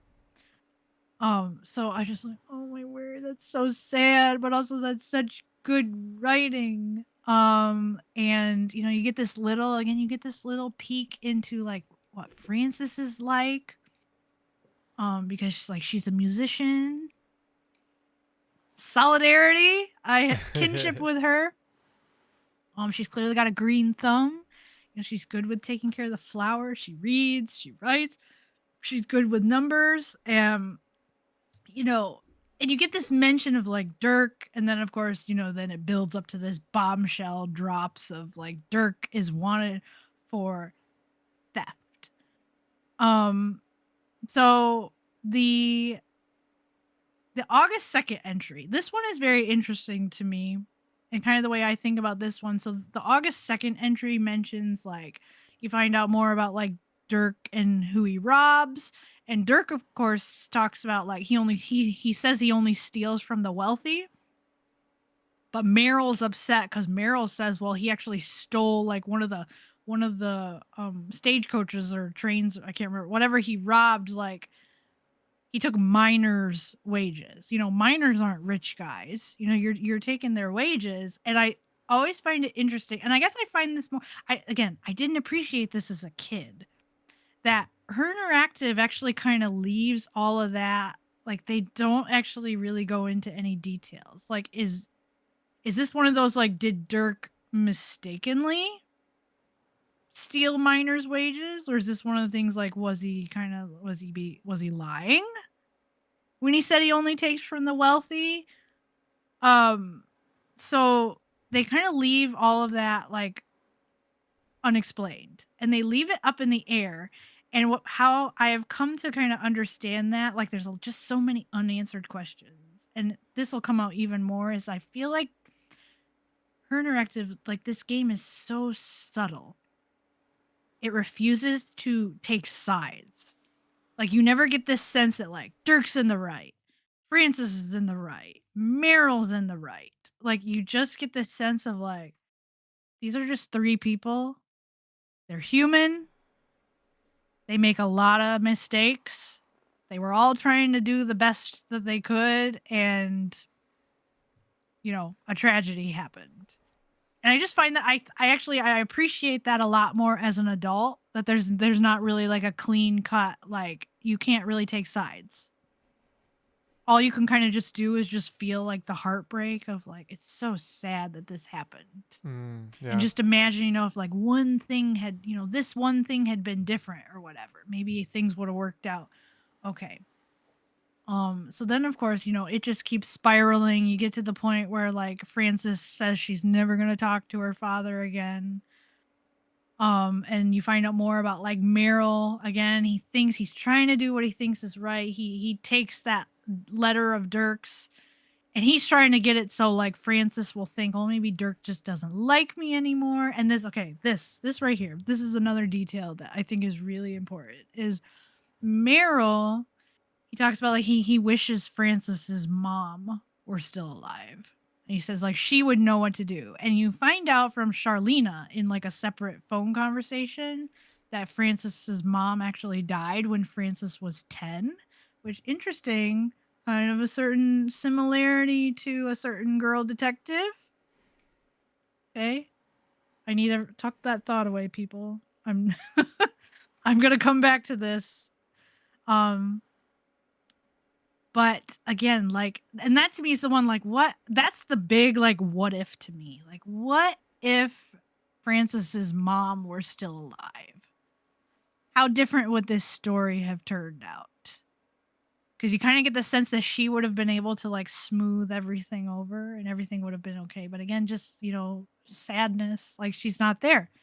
And so Meryl just has to do the best he can as a single parent, and he ruins everything. Okay, now I'm going to mention a date, and I just need like everyone to hang on to it, because I have to throw this out there, and then Carter, we can't actually like tie our bows up nicely until the very end of this episode, because it's relevant to like the ending of this game. So September 17th, I need all of you to remember, like, I don't know, write it down. Say it like a mantra. September 17th. That is when Dirk Valentine is hanged. It's literally just like a short little entry. Okay? I'm just going to say, remember the date. I promise you there's a point. There's a reason why I'm asking you to remember it. Okay, September 18th. This is so it's the day after Dirk's death. Frances leaves forever. Meryl still has this like hope that she'll see the light and come back, and he'll see that what he did for her. He was just trying to do the right thing for her. Yeah. And this, like, again, the irony. Oh, they just keep like punching us in the gut. Like the irony of when the thing that you thought, what you were just doing, what you thought was best, and that ends up being the thing that like destroys the other person. Like, okay, I won't spoil this for Carter because he doesn't know Star Wars, but like all the Star Wars fans, like episode 3, Anakin Skywalker, same kind of deal. He was trying to save someone, and the thing that he did to save his special person is the thing that destroyed his special person. So, Now, okay, June 11th. June 11th. I kind of wanted to talk about like, and this is where like I love layers. I love symbolism, metaphors. Like, oh, okay, June 11th.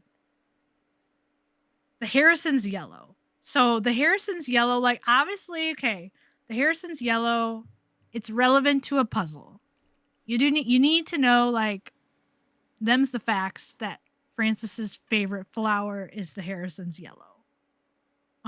But oh goodness, like we had learned from an earlier entry in the journal that like Francis, she was given this flower. I think from a guy, he was like he wanted to be her suitor, and so he gives her this flower. And she's tending to it. It's flourishing, it's growing. And now we find out the flower is dead. Okay.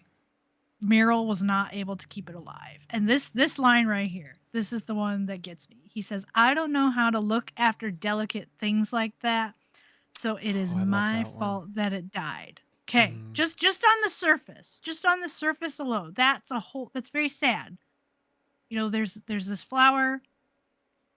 He wasn't able to keep her favorite flower alive, so it died. And he feels heartbroken over that. But here's what I obsess over. Like, honestly, it's not about the flower, Carter. It's what the flower symbolizes. Who is Meryl Humber's delicate thing? Right. Who is Meryl Humber's Harrison's yellow? His flower is his daughter, Frances. She was under his care. He needed to tend to her like that flower. And he says it himself. I don't know how to look after delicate things like that. So it's my fault that it died.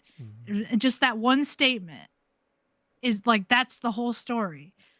He didn't know how to be a good father. Like he tried. He really did try, but he just didn't know. And he made some decisions and it destroyed their relationship. And so now in a sense, like, you know, when he's talking about like the flower died, like, well, there is a sense in which like Frances, honestly, she kind of like, I kind of get the sense like her personality died after Dirk passed away, because we know like she moves east and she's just a very kind of just like, sounds like a very, from that letter she sends to cousin Ellie, she just sounds like a very distraught, brokenhearted person who kind of just is going through the motions but has no desire to live or any ability to have joy anymore. Yeah. But then also like the relationship has died. And I think about, again, another connection, and this is why I pointed out the thing where he talked about like he wished that Frances's mom were still alive. Kind of in the same way, again, I see like a parallel here. Like Meryl, he couldn't take care of the flower. He needed Frances to keep the flower taken care of. And I kind of see like a parallel there. I kind of get this sense of like it's the same kind of deal. Meryl really needed his wife in this situation. If she had been there to help, not that she needed to do everything for him, but it's like he needed help. Yeah. If his wife had been there, I really do think, I think the implication is this story would not have been a tragedy if Frances's mom had not died. And I also think, again, like the flower dies. Like I see a lot of symbolism in there of like just how dead and empty like Meryl's life is once Frances leaves. Like, because the journal entries completely change after that point. You know, and again, like there's the tears at the end. Like he has no more beauty. Like his life's not going anywhere. Like no growth, no joy, no nothing. And then you get to that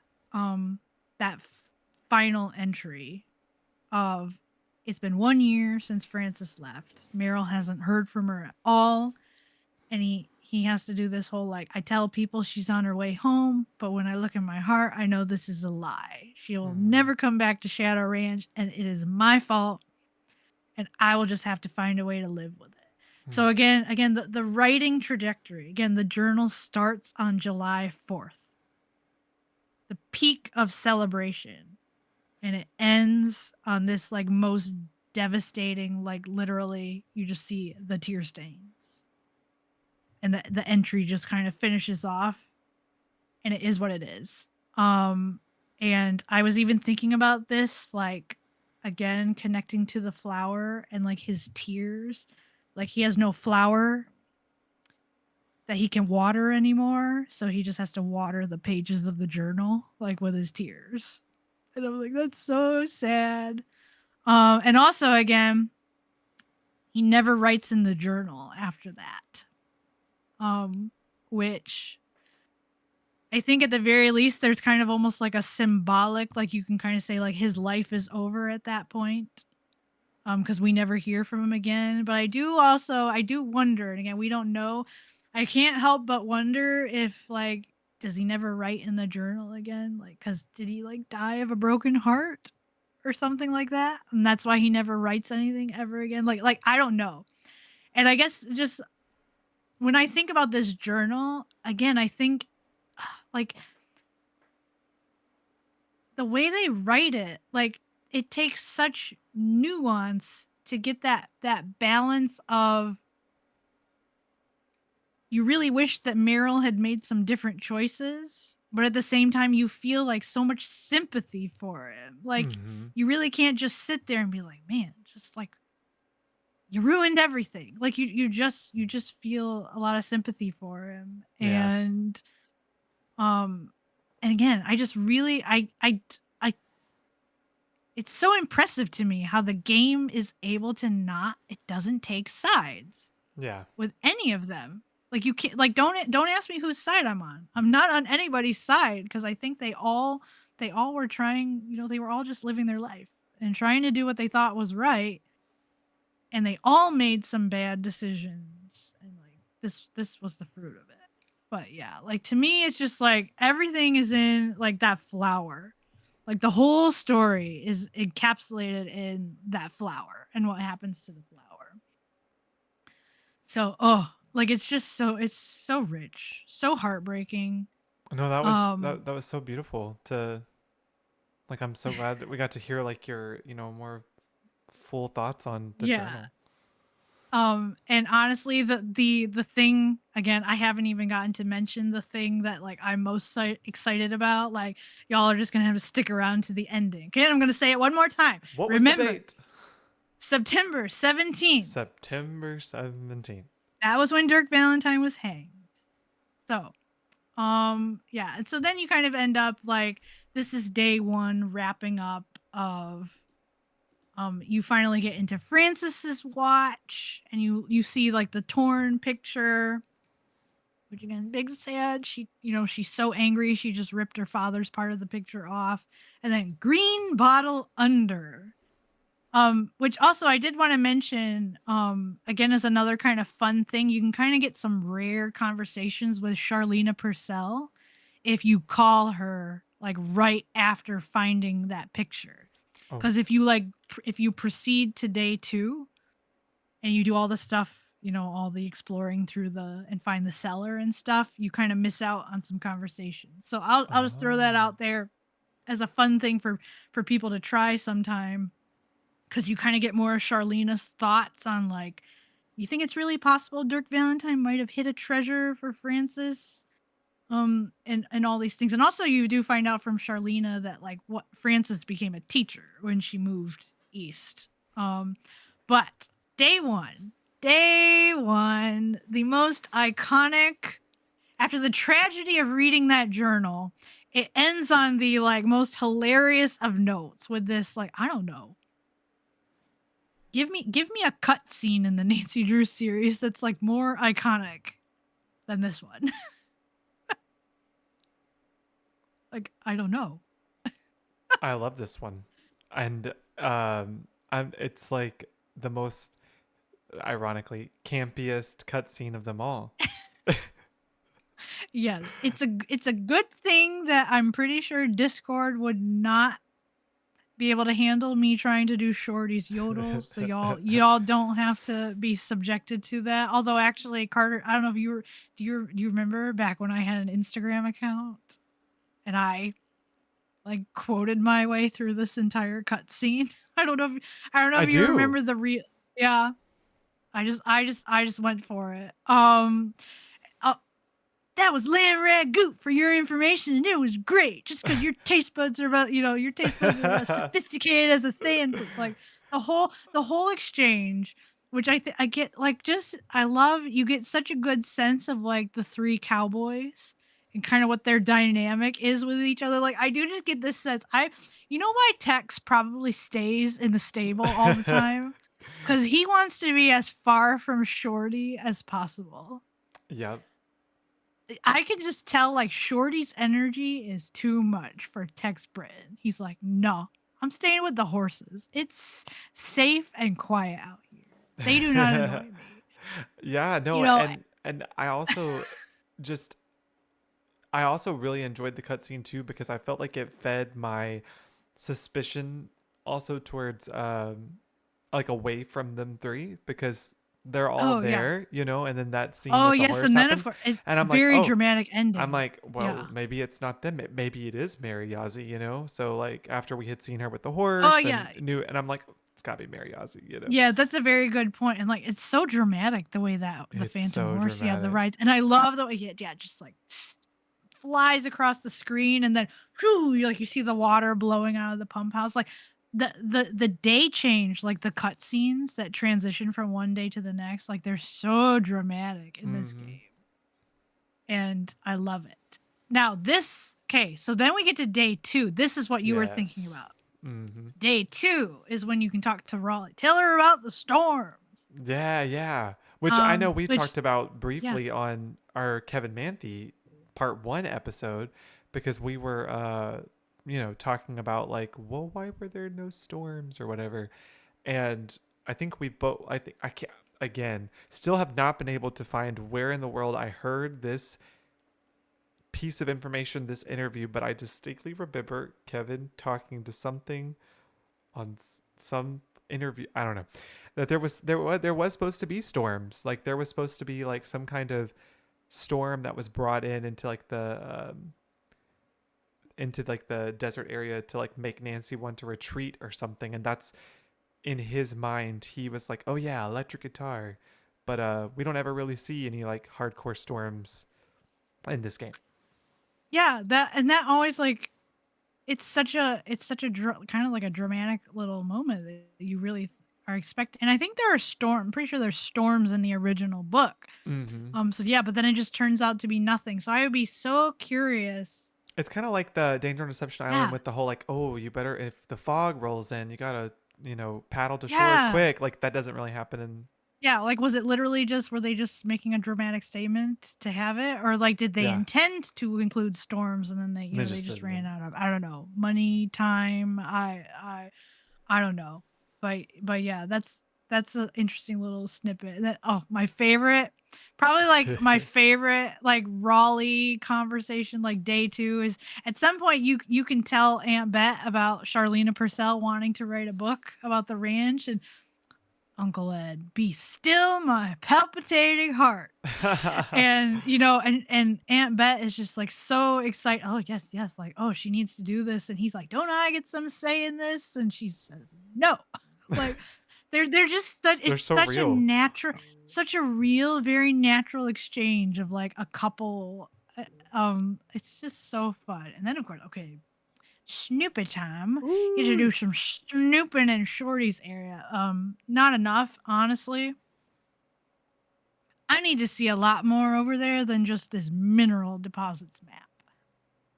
Um, but okay, whatever. It's fine. The map itself, though, I don't know if you remember any of these specific like geographical, like, gotta love the Easter eggs. Oh yeah. Kringle Mountain, Sunny June Ridge, which I realized we failed. We did not mention Sunny June Ridge in our Sunny Which June I'm shocked episode. by because we had just made that mention and that reel about Shadow Ranch, but yeah, Whatever. And then Rutherford Peak.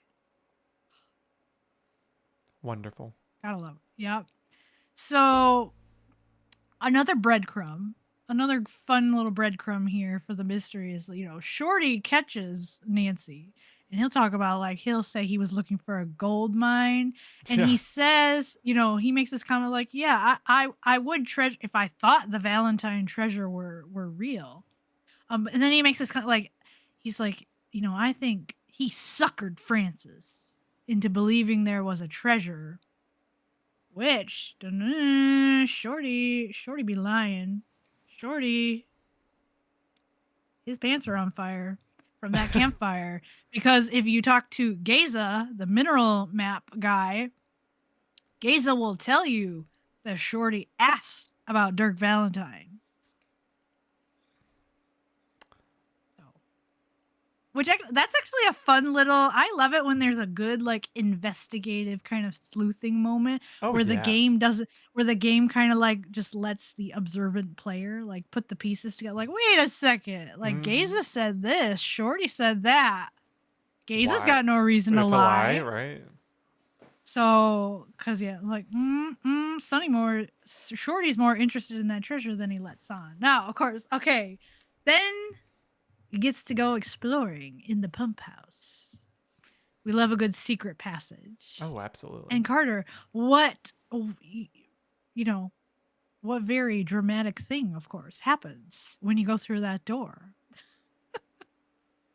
Well, you I mean, we all know, but we got to talk about it anyway. you get to see that there's a certain somebody uh perusing down there in the cellar. Dave? Oh, where'd you come from? Where do you? Yeah. Mm-hmm. But it's interesting because like at that point, I don't really think I had given much attention to Dave, in the Oh game. yeah, You know what I mean? it Because I was mean, quite a. he It was was a more very of the dramatic taking moment. a like out of all three of them, Shorty takes about. I mean, he was the one that was more out of the spotlight. So at this point, this is where like I was like, oh, so Dave also is like, all up in the treasure like everybody. Yeah, I do remember. I'm pretty sure I was like quite shocked by it as a Mm-hmm. kid, like seeing him back out from under those stairs. I'm like, Uh huh. oh, and then It's and it's you. like, yeah, and I can hear he's like, I'm looking. He's like, he kind of sheepishly, he's like, I'm looking for Dirk's treasure. Like he doesn't want to fess up to it, but Mm-hmm. he does, and of course, this is when I think Nancy at this point has already made some sort of comment about like, I wouldn't care that Dave's kind of standoffish, but he's kind of cute. We don't need to rehash this. It's in the Ned Nancy episode, the love drama. But anyway, I do always think about like, when you don't have to leave, as he's going up the stairs. Like, She honest, does say that. yeah. If Nancy had her way, like she would have solved this mystery with him. I don't know. And also the Sheriff Hernandez, he's fueling the love drama too, because you have to call him to get into the pump house. Mm-hmm. And he's like, Dave's real impressed with you in more ways than one, I might add. Like, I can just imagine, yeah, like all of the little Nancy Drew fans just go, Dave. Anyway, um, yeah, it's funny. It's funny more than anything else. Now I'm curious. I do know, Carter. Do you have you found like the little bookshelf like nook like to get to open the secret passage from like if you're in the ranch living room? Yeah, so this was when I did the Shadow Ranch, like what was it? Like quirks, Easter Oh eggs like yeah, video. quirks. I put it in there because this was not something that I knew based on my own playthrough, but something that I had Oh, learned okay. from Wizard Kitten's playthrough one year. Ah, And I don't know if it was one of those things that she accidentally discovered while on stream or she just knew about it, but I remember her doing it and I was like, whoa, whoa, whoa, whoa. I did not know this, So it's uh you can go either way through the passageway. You can either yeah. go I, through the pump house or from the bookshelf. And a lot of people I a lot of yeah. people don't know that. Yeah, I actually discovered it like several years later on a replay. I discovered it by accident. Yeah. I was looking at the bookshelf um again for some reason, and it's like the one, I think it's the left side bookshelf. Like if you're on the roll top desk, like the bookshelf's over there. I think it's like the left side one. Anyway, I remember like I was looking at it for some reason and I was like moving my cursor around and suddenly I saw the hand hotspot. I'm like, wait, what's this? And I click and then suddenly like the door, I'm like, what? I didn't know I could get in through this door. Like it was a absolutely thrilling discovery. Yeah. Yeah. And then, of course we get the handbag down there and a fun little, I love a good slider puzzle. I love those. I love those kind of slider puzzles to get the green bottle. And like day 2, I feel like is kind of your big, like he has all those letters in the bottle about Francis's, all these like flower clues. And then the picture agate. Then of course, kind of like day 2, I'm actually pretty sure on day 2, like day 2, you can find every single flower. I don't know if you have to find them all on day 2 to trigger day 3, but like you definitely can find them because like you can get Dave to show you Ellie's letter. Again, that's so sad. It's like the one thing we get of Francis. Well, yeah, when she talks about, here's enclosed is a picture of the vilest man ever born. I'm just like, oh my heart, she hates her dad. I can't deal with this. And she doesn't know if like Dirk, maybe he hates her, maybe his letter got lost. She's just heartsick. She doesn't care. But so of course we get the lily in the corner of the letter, which actually I appreciate like kind of like because there's kind of like a big like treasure hunt for all these flowers. Mm-hmm. I give them a lot of credit. I think it's kind of clever how you kind of have to find each one in like a particularly unique way. Yeah, like you got to talk to Dave to find the lily. You got to do an internet search to find the Harrison's yellow. Oh yeah, it's very clever like kind of a scavenger hunt. Looking at Francis's shawl, and then you have to do another web search to find it's a daisy stitch. And Bess and George, we get Bess and because George very very conveniently, not at all coincidentally, buys this fashion book and bead patterns. And the jewelry sorting for Mary Ozzy. Like you can do all that. Which also I don't did you know actually, Carter, did you know that solving the handbag puzzle and doing Mary Ozzy's jewelry sorting, did you know that that's optional? No. I did not. You can beat this game without solving those puzzles. Figures, because some of those earlier games you can just bypass random stuff. Yeah, I guess people have discovered like, oh yeah, you can just put the poppy onto the box and the game doesn't care. More chores. Although, okay, baking a birthday cake. That's pretty fun. I loved it. Me too. I love the kitchen where we bake. That's such a cozy spot.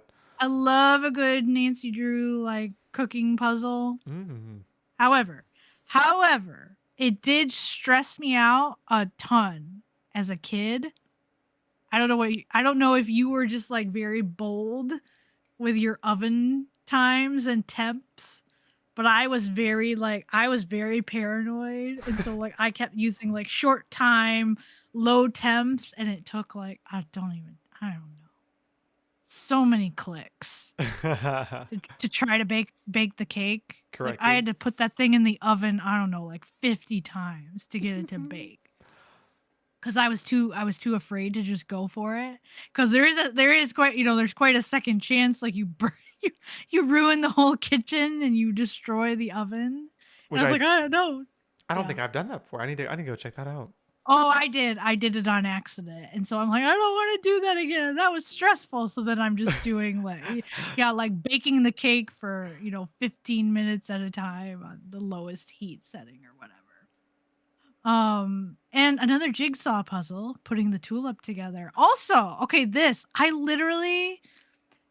I did not know this until I want to say last year, and my mind was blown. I did not know that you could darken the food coloring. I didn't know that either. Yeah, when you're doing the marzipan tulip and you put on the food coloring, I just always like clicked once. I did the red, I did the green, the end. I did not realize that you can actually keep clicking like 3 times or something, and the food coloring will get darker. I was like, oh. And then Oh. I saw E. Mullins do it when she streamed Shadow Ranch, and I'm like, what?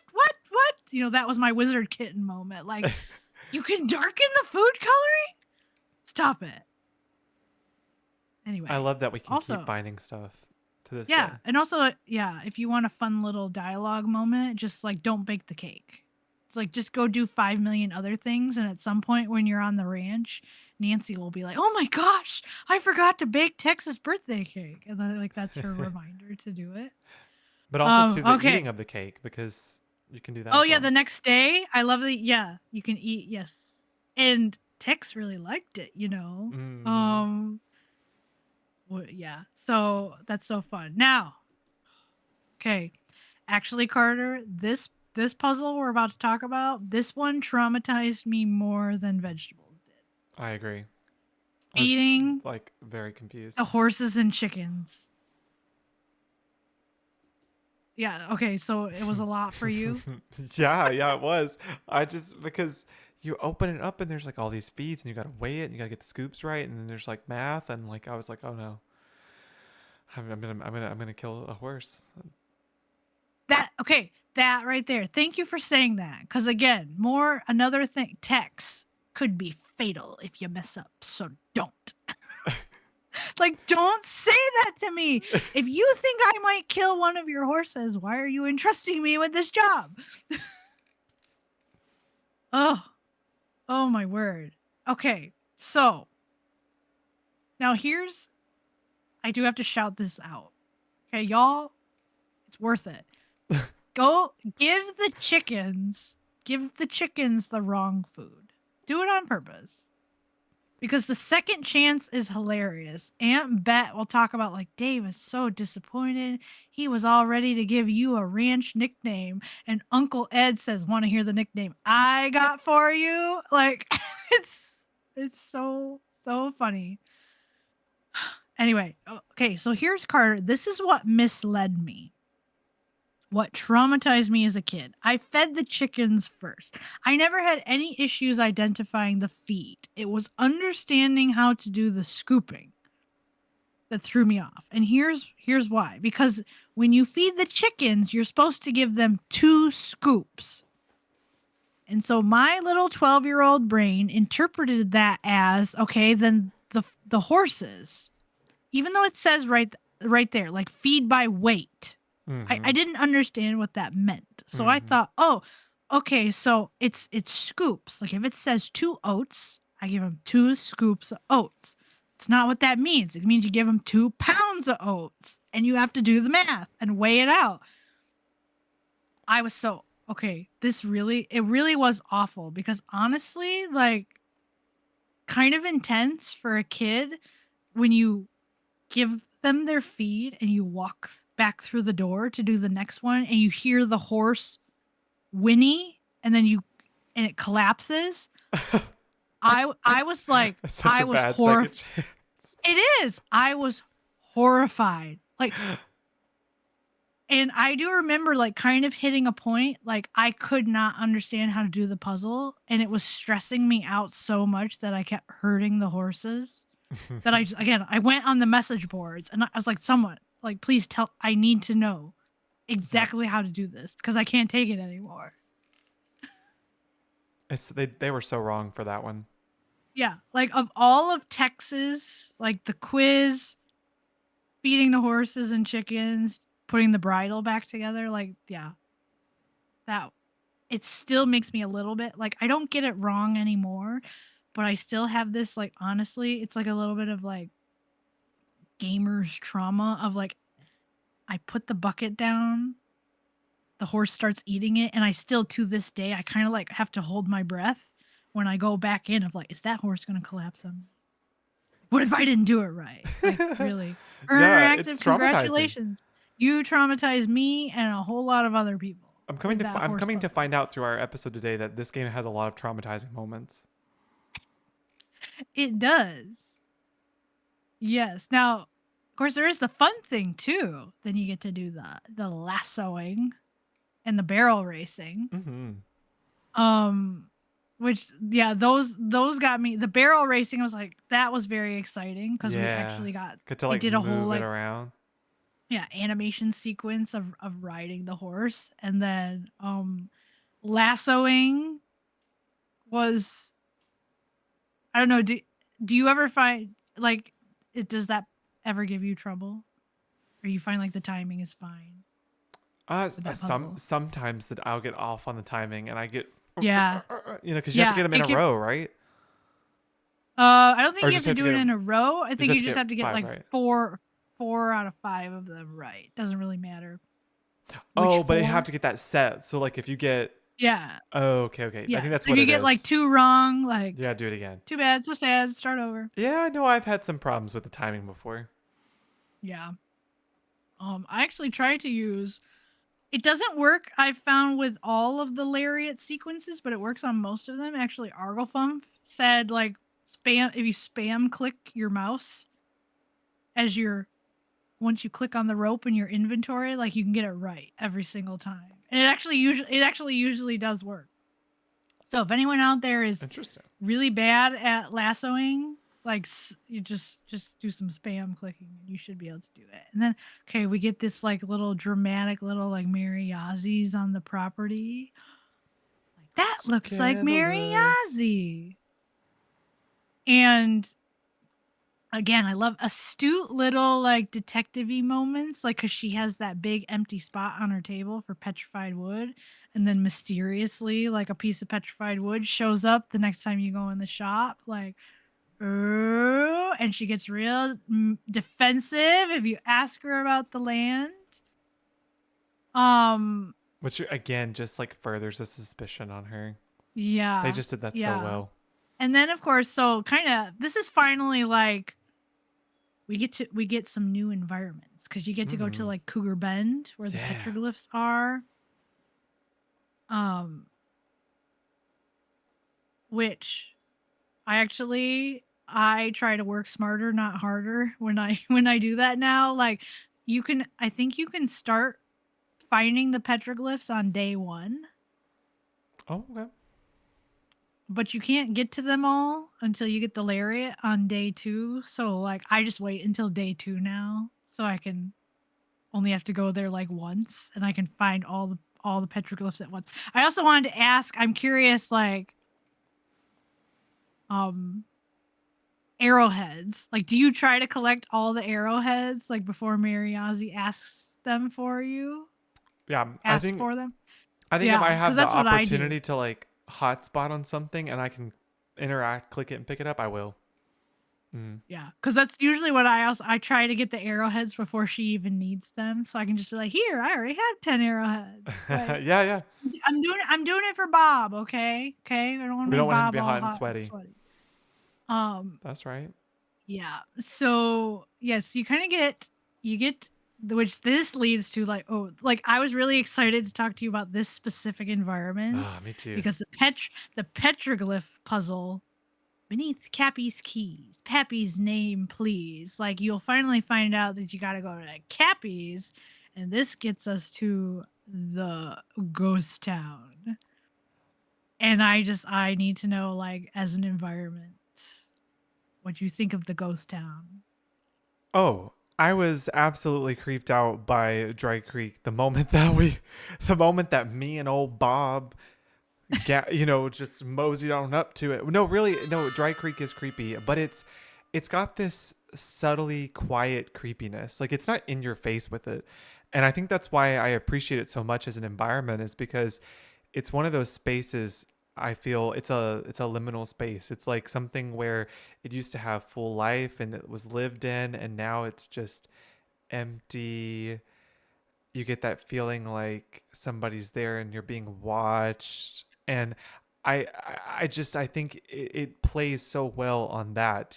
I think going to a ghost town in general is creepy because um you're exploring abandoned places, and I just remember when when I did get to Dry Creek and I was as Nancy, that tension in the music, that the wong that would play like Oh, oh yeah, that in the specific music. track and Yes. it has kind of like the creepy vocals. Yeah. Yes, yeah. Yeah, Which, by yeah. the way, I'll just mention again, like same deal as with last week's episode. We will Hmm. not be really discussing the music here. If Hmm. it was covered quite thoroughly in Kevin It was. Manthe part It was. one, so But in light go of this back and conversation re-listen. though, like Yeah. in addition with that music versus like the little, you can have those little the sound effects of the rocks like falling, like like you can hear like a rock or two, just it amplifies that this is such a quiet environment that you can hear the mildest sound. Like you can hear a pen drop. It's the same way here. Yes. And that's like, I just think it does so well at doing that. Yeah. And honestly, the way they structure, and I think I've heard you talk about this before. Sometimes on games you stream like kind of the panic we feel when we like suddenly lose control of the cursor. Oh, yeah. And it actually happened, those moments you describe, like the rock falling, or there's also Mhm. the one that always like is the worst for me. It's when you're leaving I know what you're about to Cappies and say. you're headed the Yes. other, and there's that curtain like in the shadowy figure in the window, Yes, like, yes, yes, yes, and yes, yes, yes. and what gets me is because there's like this split extra second where like she can't move Mhm. because they have to do the quick little like trigger of like the rock falling or the person in the window, Yeah. and so it's like and I no, you described it so well. Like, I think, yeah, the emptiness of the space, like, and particularly for me, what has always creeped me out about the environment, and like, I love it. I think it's kind of like, Oh, I think I know what you're about to say. Shadow Ranch is it's not a spooky game. It's really Uh-uh. not meant to be a spooky game, but like, that is a very, like, I feel like underrated spooky environment. Um, but what really freaks me out, even when I play the game now, is it really unnerves me having this sense the entire time that, like, I don't think I'm here alone. Oh, yeah. Someone is watching me. And then, of course, when you finally get into Cappies and you see that confirmation that like someone's actually camping out there, then it just like magnifies it even more. And then you see the shadowy figure, and I'm like, nope, I'm running straight to Bob. Like, I cannot Yes. stay here another second. So it's one of those. It's kind of similar, actually thinking about, you've talked about how playing Ghost Dogs for the first time Oh, was a yeah. really terrifying experience because every time you went into the forest, Mm-hmm. you had this like fear that the ghost dogs were going to come out and attack you. Mm-hmm. And that was kind of the same deal for me, like playing this game for the first time. Of like, I feel like someone could get me at any moment. I Oh, don't know yeah. when. And it doesn't help matters that someone actually does get you on day Yep. 3. Mm-hmm. Like, straight up, conks us out and locks us in jail. But also the other thing, I'm sorry, No, you made a were you gonna motion. say I no? thought I you were wa- about to say I was freezing or something. Oh no, Oh, I was okay. actually gonna say something, but then I didn't know you were. I thought you were about to go into something else. So. Oh, okay. Also, the other thing that always I find unnerving about that space is again, the decrepitness of the buildings. I kind of always had this Oh yeah, fear of like, it's kind of like fall apart. especially when the sheriff makes that comment of like, yeah, I didn't want anyone in there because I was afraid a tourist would knock the building over. Like, kind of this like, is it possible that this one of these buildings is going to collapse at any moment? Like, Yeah. that's scary. So it's such a great environment. Oh, it is. No, I was gonna actually add to the layer of like creepiness is actually the phone not working, because Oh yeah, because no I signal. know that, yeah, no, Yeah. I know that I'm here. I know that I'm maybe here with someone else, and I don't have a way to contact someone if something is dangerous or happening. So I don't know why that adds Yeah. a layer to it. Yeah, the heightened isolation, which we definitely need to talk about the phone. You've provided a great transition, but I Mm. did just want to add kind of more as a funny thing. Um, I kind of giggle about Dry Creek now when I think about it, and this is purely because Dry Creek is where Carter and I had our sass showdown. Yeah, I forgot about that. So I always think about like finding the screenshots, and we're standing in the middle of the road. This is the sass showdown. Anyway, good times, good Very good times. times. If you don't know what we're talking about, you should really go watch Late Night. That's my plug. Yes, late night 2024. There was a Dry Creek epic showdown. It was awesome. Yeah. So yes, the cell phone cheat. Actually, no. Before again, I'm gonna put that off because just a quick mention of second chances. There's a scorpion. There's a scorpion second chance. Also, I forgot to mention, I think day 2 back at the ranch, you can have a rattlesnake second chance. You can. Because there's a rattlesnake hiding in the garden. But anyway, yes. Okay, the cell phone, which I know, this is one of these things we got to make sure people know about this. Because some Clue Crew know about this cheat. And some people do not. Okay, it's going to change your life. There's a cell phone cheat so that you can use the cell phone even when you're out in the ghost town and at Cougar Bend. And actually, I think that I want to say I found out about this, I think through Arglefump. That's how I found out about it. Yeah, I'm pretty sure. And I remember being blown away because I was like, wait, I don't have to ride back to Mary Yazie's every time I want to make a phone call? Like, amazing. So, in case there's anyone listening who does not know about this cheat, when you're like out in the ghost town or somewhere where Nancy's phone does not work, you got to click on the middle button like you're going to do a web search. And then you click the phone directory button and it'll somehow override the system and you can see all of Nancy's phone contacts and you can make a call. So you don't have to go back to Mariazzi's to get the code to go into Cappy's. You can stand right outside the door and call him. So that's a great cheat. And okay, Cappy's, again, great. Okay, I have a lot of feelings about this space. Of course, there's the electrician's manuals, which was such a clever little. I love what they do with those manuals later in the day. But okay, as a pianist, my heart is broken at that poor decrepit piano just sitting run down. But actually, okay, this is such a very, you can laugh at me if you want. This is such a particularly, I feel like, nuanced kind of paranoia. I don't know if you remember. Do you remember the broken window that's right by the piano? Yeah. On the right side. Yeah, There's yeah. okay, child me, overactive imagination. Especially when I saw all the camp out gear in there, was convinced, and I've never quite recovered from this. Child me was convinced someone was going to pop up in that window.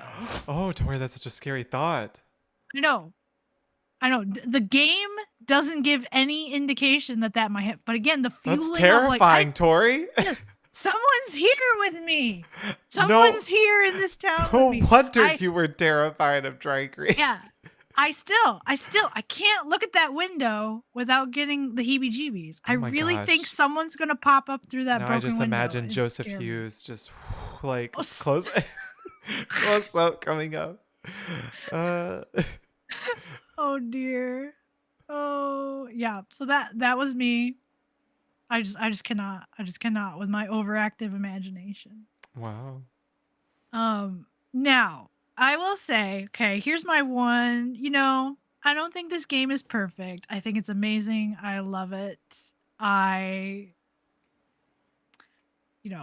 However, I will say the leap in logic that Nancy makes, because she'll after you get into this area, she can tell the Hardy Boys, she thinks bank robbers are camping out in the ghost town.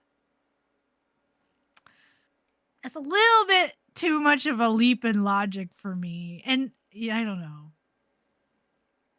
it's one of those, like, I do wonder, maybe it's another one of those, like, it's just supposed to demonstrate, like, that Nancy has good instincts, and even when she thinks something might be totally crazy, she should trust her instincts, but I'm kind of like, the leaps in logic that this game takes to get from, like, the bank robbers on the newspaper to bank robbers hiding out in the ghost town, and oh, by the way, they happen to be good friends of Shorty's and they're helping him. Like, I will admit, you know, my bias can admit that's not the strongest of plot lines, but it's okay.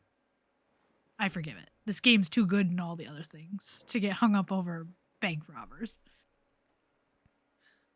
But yeah. So then there's the cracker tin. I love the phrase. Yeah, even the crumbs are crisp. Which I'm assuming this would be. I guess we gotta shout out our girl Ann Collins Ludwig, because I'm assuming that kind of stuff was from her brain. Maybe I'm wrong, but I'm assuming since it's written material, like she thought of it. Like so good. So we can figure out the cracker tin puzzle with the sunflowers. And yeah, you kind of get like Dirk and his riddles. Lots of solving of riddle puzzles. And I don't know if you remember from playing this game for the first time, like the Beady Eyes Ranch. Oh, I never And got that. I had to look nope, that me up. neither. Yeah. That I was absolutely, like, nope. Yeah.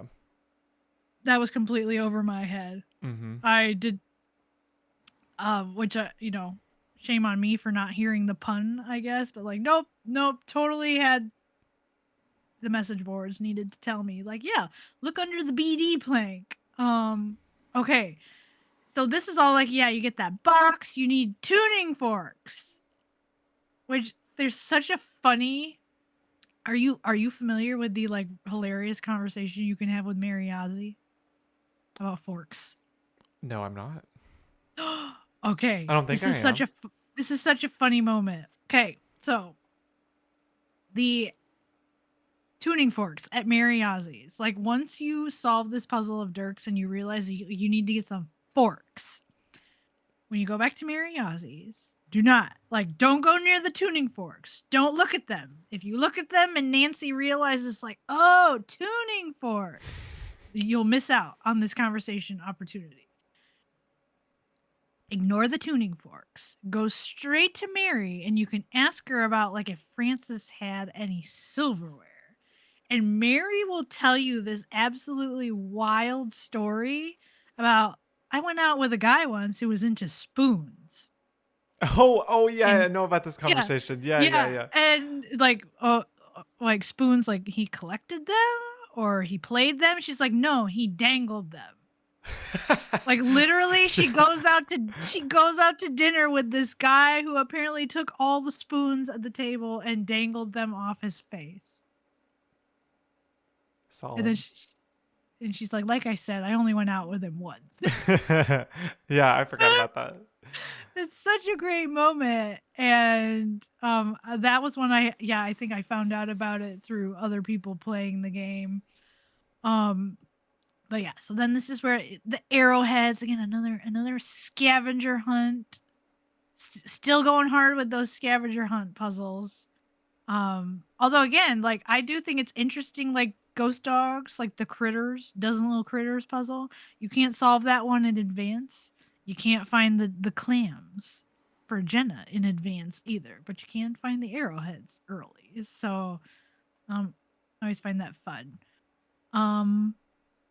But yeah, so then it's kind of at this point, I think so it's like by the end of day 2, it's like we can figure out all the flowers and we got the riddle to Zebra Rock. But I did double check. It's like you can't solve the Zebra Rock puzzle until day 3. Like the rattlesnake does not leave the rock until day 3. So That's right. That's right. I guess for whatever reason they they need you to wait on that puzzle. And more drama. That looks like Mary Ozzy and Tex. The tea. Oh, The there Shadow is some Ranch tea tea. there. Um, but also I have a complaint. Why can't we snoop Tex's space when he's not in there? Why does he keep nothing interesting on his person or at his table? You know what, Um, though? He kind of fits his character. it does. Yeah, he's not the kind of guy who's just gonna leave things for people to look at. That's Mm. fair. That's fair. Um, but all okay, Tex, but again, this is so like when you understand the character, I feel like this is such a clever kind of like clue that something sus is going on here because, again, this is the guy who gets us kicked off the ranch if we put one toe out of line. One single toe, you're out of here. And yet when you ask him about seeing Mary Ozzy on the property, he's all like, was she hurting anything? And don't worry about it. Like that's such I don't think my young self understood kind of the significance of the way he blows it off like that. But Yeah. as an adult, I'm like, no, wait a second. This guy's way too uptight about every little thing to not care about Mary Ozzy wandering the property. Mm-hmm. Uh-huh. It all So I fits love it. now, doesn't it? Yeah. And then it's nighttime. Which Ooh. have you been inside the ranch at night? Did you know you could do that? I think I did, but I don't know if it's not something that I like usually do. Yes. So, okay. So, again, I wanted to make sure that people know about this. Like, guys, guess what? You can go inside the ranch at night. I know a lot of us, again, if we're being rule followers, we're going to do what Dave asked us to. We're going to Mm. repair the chicken coop. But when you get back to the ranch and it becomes nighttime, as long like just leave the chicken coop alone. Don't go get the pliers. Don't start fixing the fence. Don't do anything. You can wander into the house and hopefully maybe I will try to actually get the game file like screenshot so people can actually kind of see a little bit of how the lighting changes. Yeah, Like when yeah. you go into the living room, you can actually see like it's dark through the windows and the lighting's a little bit different. And like you can talk to Shorty and he's like great looking, he compliments you on your cake. He's like go get Tex so we can eat it. um so that's one of those again, like you wouldn't necessarily realize that that's a thing you can do because we're all thinking about like no chickens, coyotes, can't let the coyotes get in there. So that's like a fun little aside. um but of course we do another jigsaw puzzle, repair the fencing. This one's hard. It is, and you know what it gives me? It gives me those DDI flashbacks, like Pipes and Caddy Yeah. activated because they brought back some of the dialogue of like this goes here. Mm-hmm. This goes here. That doesn't go there. That doesn't look right. Of like Nancy has to make a comment like every Every time time. you put a piece of fencing down. But yeah, no, that one's Um hard. I think because like the chicken wire has like that octagon shape or whatever shape that yeah, is. it's very yeah. It's hard because you're like trying to line up and make the shape, but you can't tell if that piece fits that. Oh my gosh, that one's hard. Uh-huh. Yeah. And also it's worth mentioning, and if you start the fencing puzzle and you abandon it, that's a second chance. You hear the coyotes going crazy Oh yeah, yeah, yeah. outside. And Aunt Bet, again, she gives us a whole like she chastises us. And again, I love the sass. I love the Raleighs. They're so funny because she'll talk about like every morning Ed has to have his egg white omelet, and he's like, at least I used to. Like he's so sassy in that hospital bed. And she says, I'm afraid that you, like those poor chickens, are history. Like it's so great. But okay, the I dramatic love it. cutscenes. I love it. I remember when Nancy turns her gloves over and she's Yeah. glowing like Yep. what? And that I love that the way they do it is that moment of realization, like, oh, it's when I dragged my hand Yes. across the dust. Yes. Yes. And It's And so then of good. course it's like you have like this moment like whoa, and then all of a sudden the horse shows up again, and then the power line snaps. Oh, it's so good. Like they really do. I think the sabotage is handled like so like so great. Like how could you not love it? I was I just love it. eating it up as a kid. Oh yeah. So then finally we are to day 3. Um and I love like Nancy's talking to Bess and George about what happened. Dave was suspiciously absent, during the whole thing. But this is another fun thing. Like, again, I just love uncovering all of those details. You can actually talk to the Raleighs and you'll find out, and Ed's like, "Oh, I sent him on an errand," but he won't say what it was. And I love, again, this is such a natural, like, Carter, we need these phone conversations back, Mm-hmm. because I love, like, um Aunt Bet and Nancy start to have this whispered, like they're literally whispering to each other on the phone, because Nancy's like, I think he sent Dave to get you a present. Like, do you have an anniversary or something coming up? And then you find out, like, oh, she's got a birthday coming. So, It's very you know, real. yeah. Yeah, it's very real. And again, clearing Dave of that suspicion, but also another breadcrumb. Like, at this point, the Raleighs are very like, oh, Nancy, we need to send you home. Like, you're not safe here. And Nancy's like pushing back, like, no, let me stay. But they're like, but Shorty said, again, that's very telling to me, because I would assume Shorty's probably realizing at this point, like, Nancy's getting real close to finding out some stuff that I don't want her to. Mm-hmm. And so it sounds to me like Shorty's kind of behind the scenes trying to pull some strings and get Nancy off the ranch. That's how I Mm-hmm. take that, at Oh least. yeah, absolutely. And also I just had to shout out this dialogue line. I love this one. Cause Shorty's like, he's ready to quit. Like, he's had it. He's ready to quit his job. Too much sabotage. Again, Anne, our queen of writing, Anne Collins Ludwig. I'm a Rick and you're a rock. Shorty Like, it's has some so, great lines. he really does. Um Then the horseshoe. You can find that horseshoe when you go outside. And this actually ties into what I was saying at the beginning about Tex is the one who's like actually superstitious, Mm-hmm. which is kind of interesting. I wouldn't necessarily expect a tough guy like him to get so weirded out by things. Yeah, yeah. But I remember he talks about, like, oh yeah, that looks like it came from the ghost town, the rock.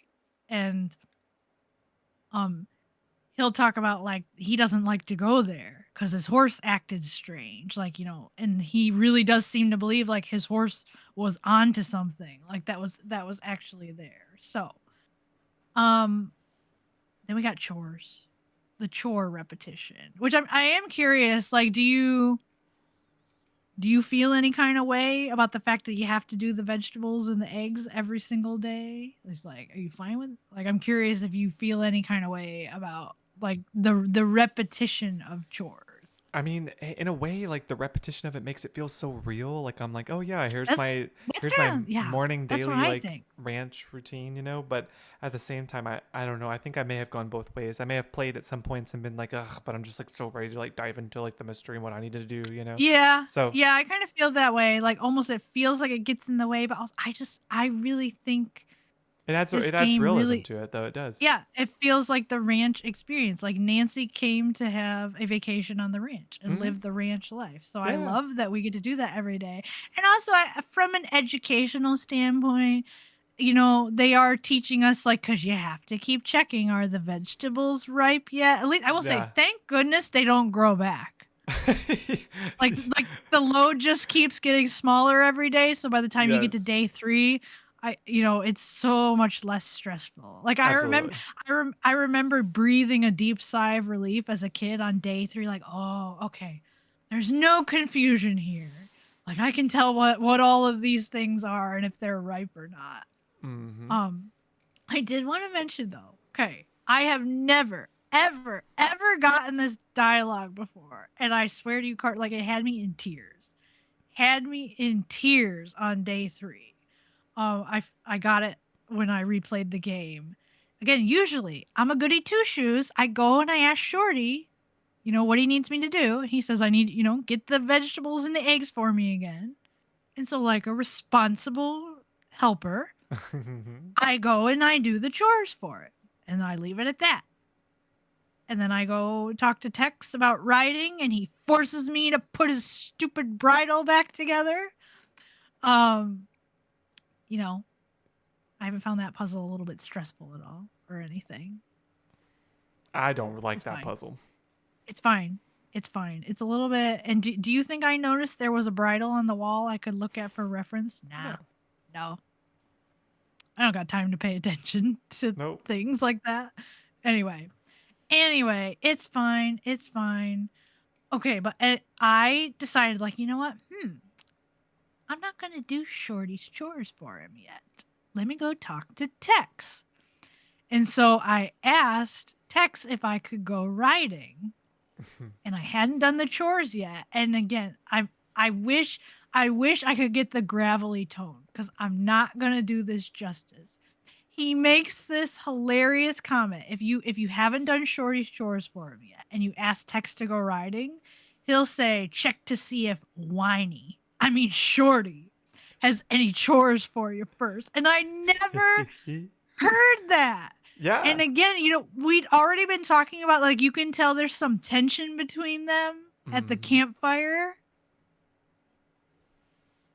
I guffawed. I was like crying, laughing. I was like, he called him whiny. Like, that's his ranch nickname for anyway, I just had to mention that because I was dead after he said that. I love it. And again, like, here, I need lay out no other evidence that Tex is the best cowboy in this game. Like, I'm sorry. Fight me on that. He's the funniest. Oh my word. But okay, I did also want to ask, cuz like we kind of were talking about this a little bit earlier, but I don't think we really delved into our thoughts about it. Like, okay, the repetition of the vegetables and eggs. But I was curious, like, maybe in like this game in comparison to, say, like Trail of the Twisters, which Trail of the Twisters is like, or maybe like Secret of the Scarlet Hand with all the curator tasks, like very chore heavy games. Like, how do you feel about this? Like, not just vegetables and eggs, but just in general. Like, you have to do multiple chores every day of this game to like be able to do anything else. Like, you have to make the campfire, you have to feed the horses, you have to put the bridle back together. Like, do you like does this game work for you in terms of like chores? Like, do you enjoy the chore puzzles? I'm just curious, because I don't think you and I have talked much about like how we feel about doing chores in Nancy Drew games. No, I don't think we have. I think so, because these seem to be they seem to be a bit more themed well to what the game is. Like, I think of Trail of the Twister, the chores are like, they're pretty sporadic, It's like organizing Debbie's files, it's fixing the truck, it's fixing the meteorologist's car, it's going to, they're just like kind of like stretched out like everywhere. And it ends up making like each chore is made into a puzzle, because I feel like that game didn't naturally flesh out puzzles more in the story like this one does. This one has, I feel, better story, better puzzles mixed throughout its story, to where like the chores, even though they are still puzzles, it is better linked to the experience of what we're doing. Like, we're on a ranch, so we're doing these, and they're not just the puzzles, because there are other puzzles outside of the chores, like the chest and the blanket and the all that stuff. So like Trail of the Twister is a little bit different, because I feel like the chores are the puzzles. And that is literally, I feel like you just gave like the most perfect like one sentence description of Trail of the Twister. The Yeah. chores are the The puzzles. chores are the puzzles. Like, that's it. Carter has said the final word. Yes, that's exactly what's going on with that game. And yes, like Trail the Twister, like this is not a Trail the Twister game, so I don't want to get off on a tangent about that. But yes, like that, as much as I like chores, that game starts to feel overwhelming and like very arbitrary. Like you're just making me do chores for the sake of doing chores because you want puzzles in this game. Oh And yeah. it's annoying. But yes, this one, like, and again, I wanted us to have this conversation more so because really, in general, anytime I have heard people say they don't like Secret of Shadow Ranch, usually one of their complaint factors is like they're not a fan of how many chores you have to do.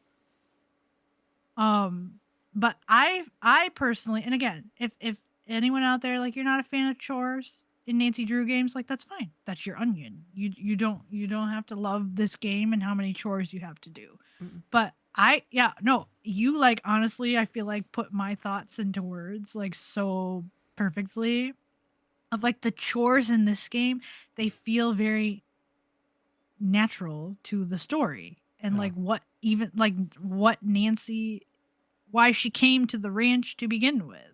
I agree. Like this was part of the experience.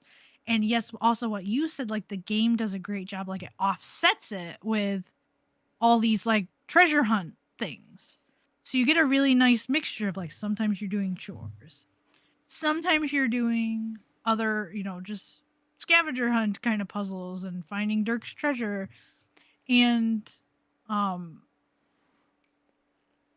I just think that's like a perfect balance for me. I mean, really, if I've ever felt frustrated about the chores in this game, it's really only more so from the perspective of like, man, I just want to go riding, like I want to go exploring, and like Oh yeah.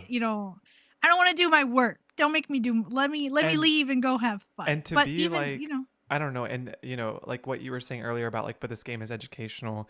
I still I almost think that it's like, well, it just makes sense because like in the yeah, ranch part of it, it's like can't play unless you right, do your chores. yeah, It's almost like too logical to be mad at.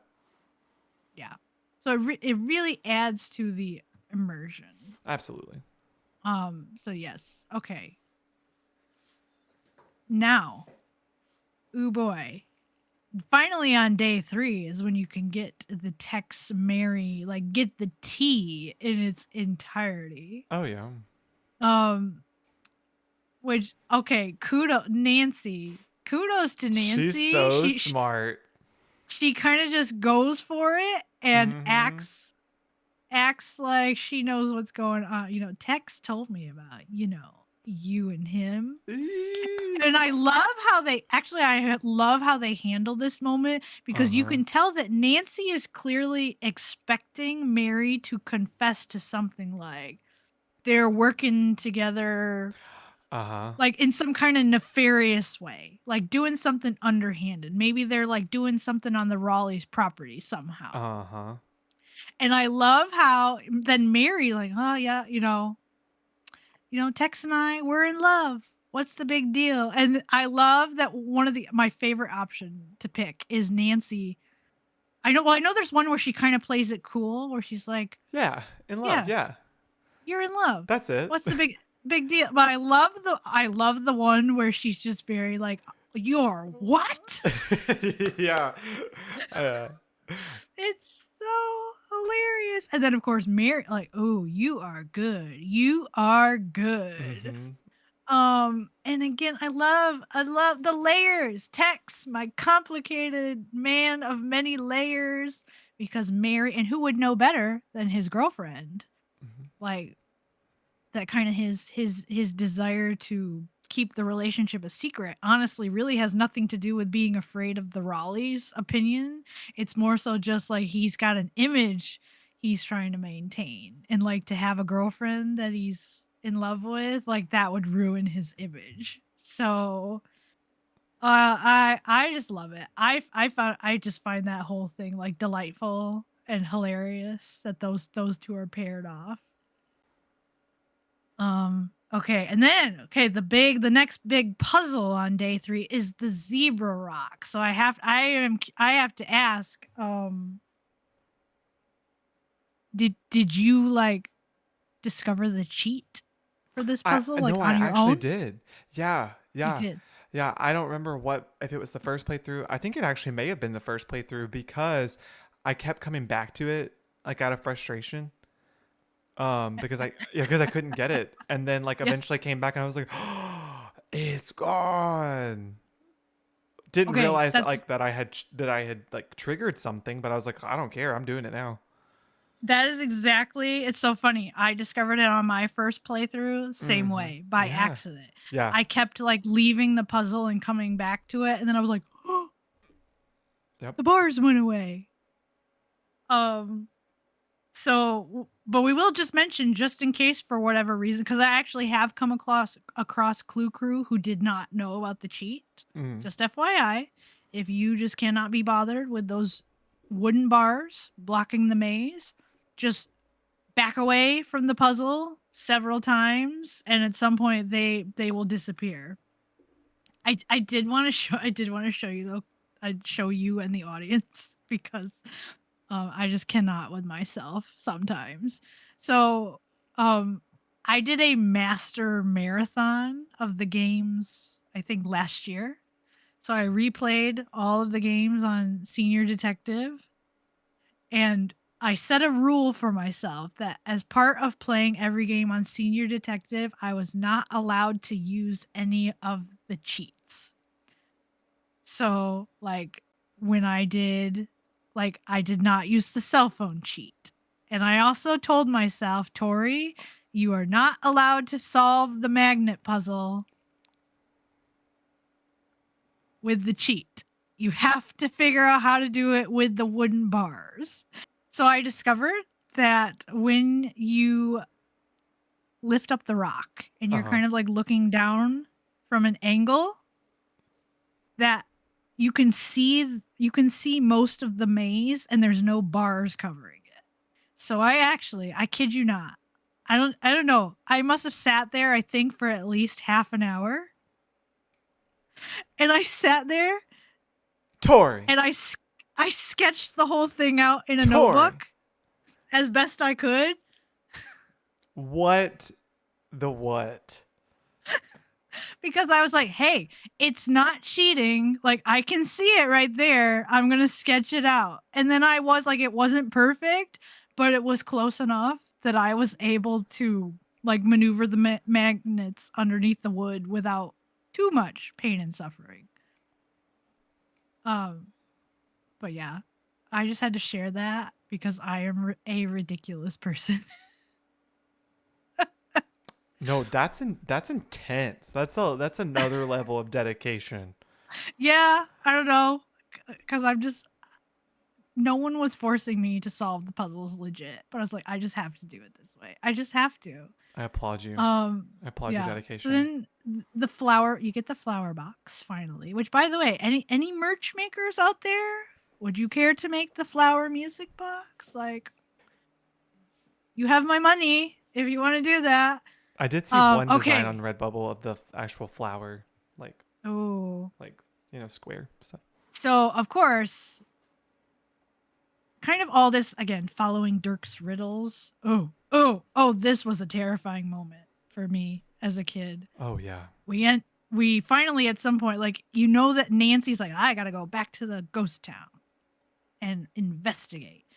And the box, the camping gear, it's all packed up, and there comes this wildly dramatic moment. Of course, it's not a Nancy Drew game until someone knocks her out. Yeah, the boom, and she makes that like sound as she passes out.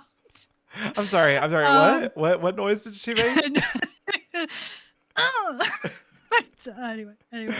Okay. That's great. Thank you, Lonnie. Thank you, Lonnie. That was wonderful. Oh my word. This shocked. I remember I was shocked. Because again, I had I had no conception of what a Nancy Drew game was like.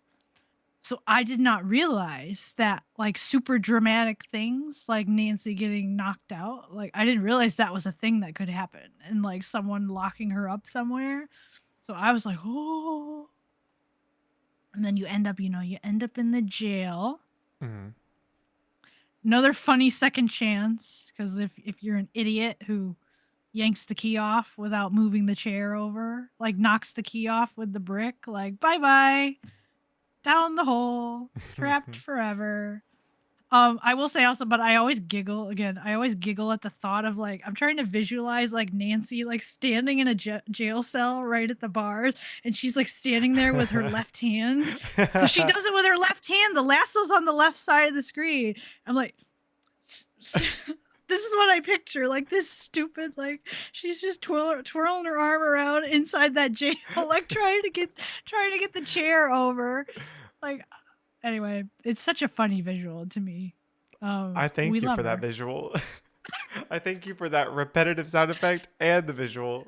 Well, I realized, Carter, I was like, if we're talking about my favorite game, I have to just lay it all out there. Please, Like I'm enjoying it. I'm having a great time. Every ridiculous thing that I have thought or done or whatever. So, and that is what I think about. I laugh about Nancy trying to lasso that chair. Best thing ever.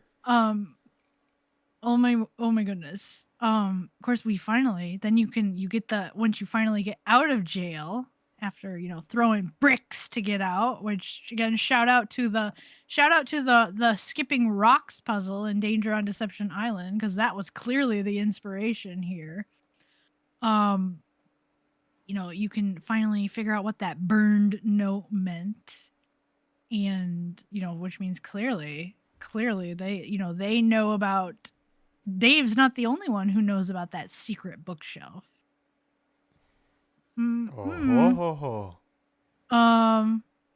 Either that or Dave knows more than he's letting on, but of course. More things, more riddles and puzzles to solve, and of course we end up with like you have to get this all leads to you gotta get the ring, Cousin Ellie's ring. So you can do the slot machine. Two things, one of which we already really addressed in Ned and Nancy. This, of course, triggers the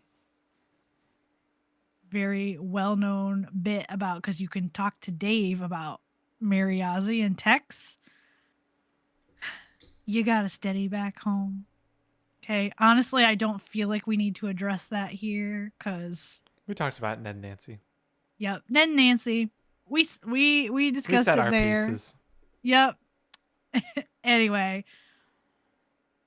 no, I'm so tempted to go off on nope, not gonna do it. No comment. Anyway, all you Dave fans, eat your heart out though. Okay, but the slot machine. Oh, the slot machine. I still don't know. Okay. I always forget. I have to remind myself every time I do it. There's one particular. I think it's Farmer Fred. Yeah. Farmer Fred, I want to say. I swear, Farmer Fred looks evil to me. But I'm pretty sure Farmer Fred is considered to be one of the good guys. Anyway. Stresses me out. I'll have to see maybe if I can dig up an image of the one I'm thinking of. If I can find the image of the specific one I'm thinking of, like... There's this one, like, I swear, like, you're not a good guy. You don't look like a good person to me. So anyway, but they are apparently a good person. But also, again, child me, I had not learned. I don't know about you. You probably did. I wouldn't be surprised. Did you have the common sense to save your game? No, not during the first playthrough. No. Any Nancy Drew game that had one of those like loopholes. Oh, that's true. Was like I not the first time. No. I learned by trial and error.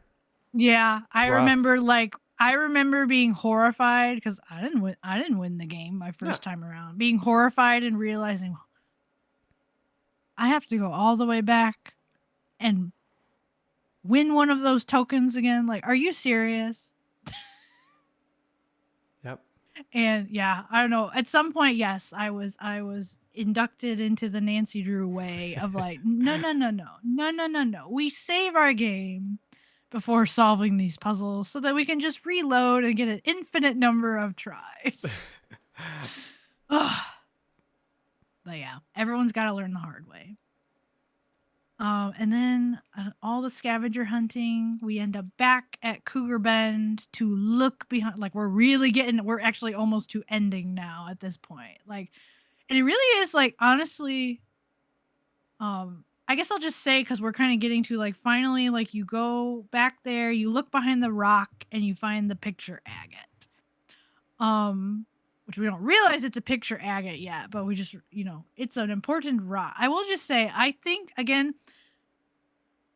I'm in the camp of people who just think Secret of Shadow Ranch is a really great, like, it's a good starter game. Like, it was such a great introduction for me.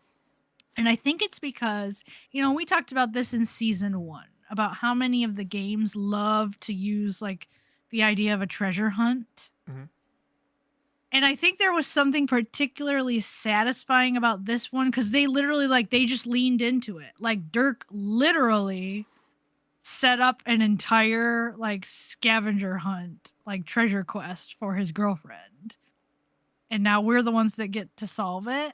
And there's just something about like all the riddles, all the places you have to get, like all the letters you find and stuff. Like there's just something that I found like and still do find like super satisfying because some of the other treasure quest games, they don't quite feel like just the way they're set up. The feel is a little bit different, but this one, it's like, yeah, they just unashamedly like leaned into it. Mm-hmm. Like, yeah.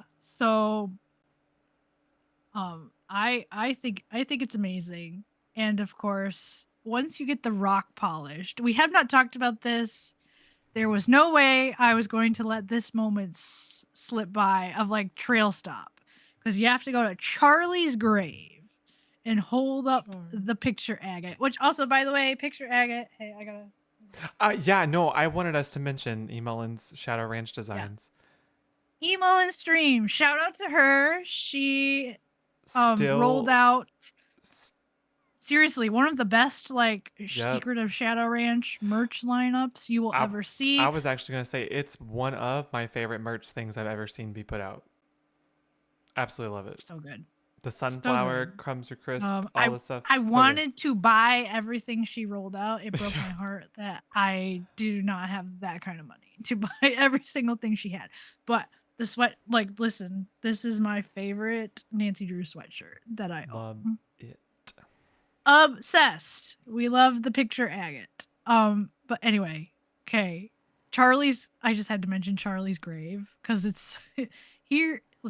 And I feel like I gotta try to like appropriate a cowboy accent to do this justice. Like, here lies Charlie, best mule would ever live, never kicked me or nothing. This is the best. Again, like, please, can we get those like silly, campy little moments of dialogue back, please? Thank you. I love it. But now, okay, the ending. Which, it's funny. Again, it's interesting. I think it's hilarious that like your favorite game is game 9. My favorite is 10 because it makes my brain like ping with the connections. I think it's hilarious that both of those games, their like end game sequence is kind of set off by a Bess and George phone call. Like, you're in the end game when you get a phone call from your friends. And I can hear it. We're booked on a flight to Phoenix. I can hear Bess saying that. But also, by the way, it's delayed because the plane they're supposed to be on is back in New Jersey, and it's 93rd in line. Like, holy smokes. They've been living at the airport. Anyway, but yeah. So that's how you know. And like, yeah, we're in the home stretch because Nancy's all like, I think I'm in the home stretch. I think someone's sabotaging the ranch because they're after Dirk's treasure. And then we get to the cliff dwellings.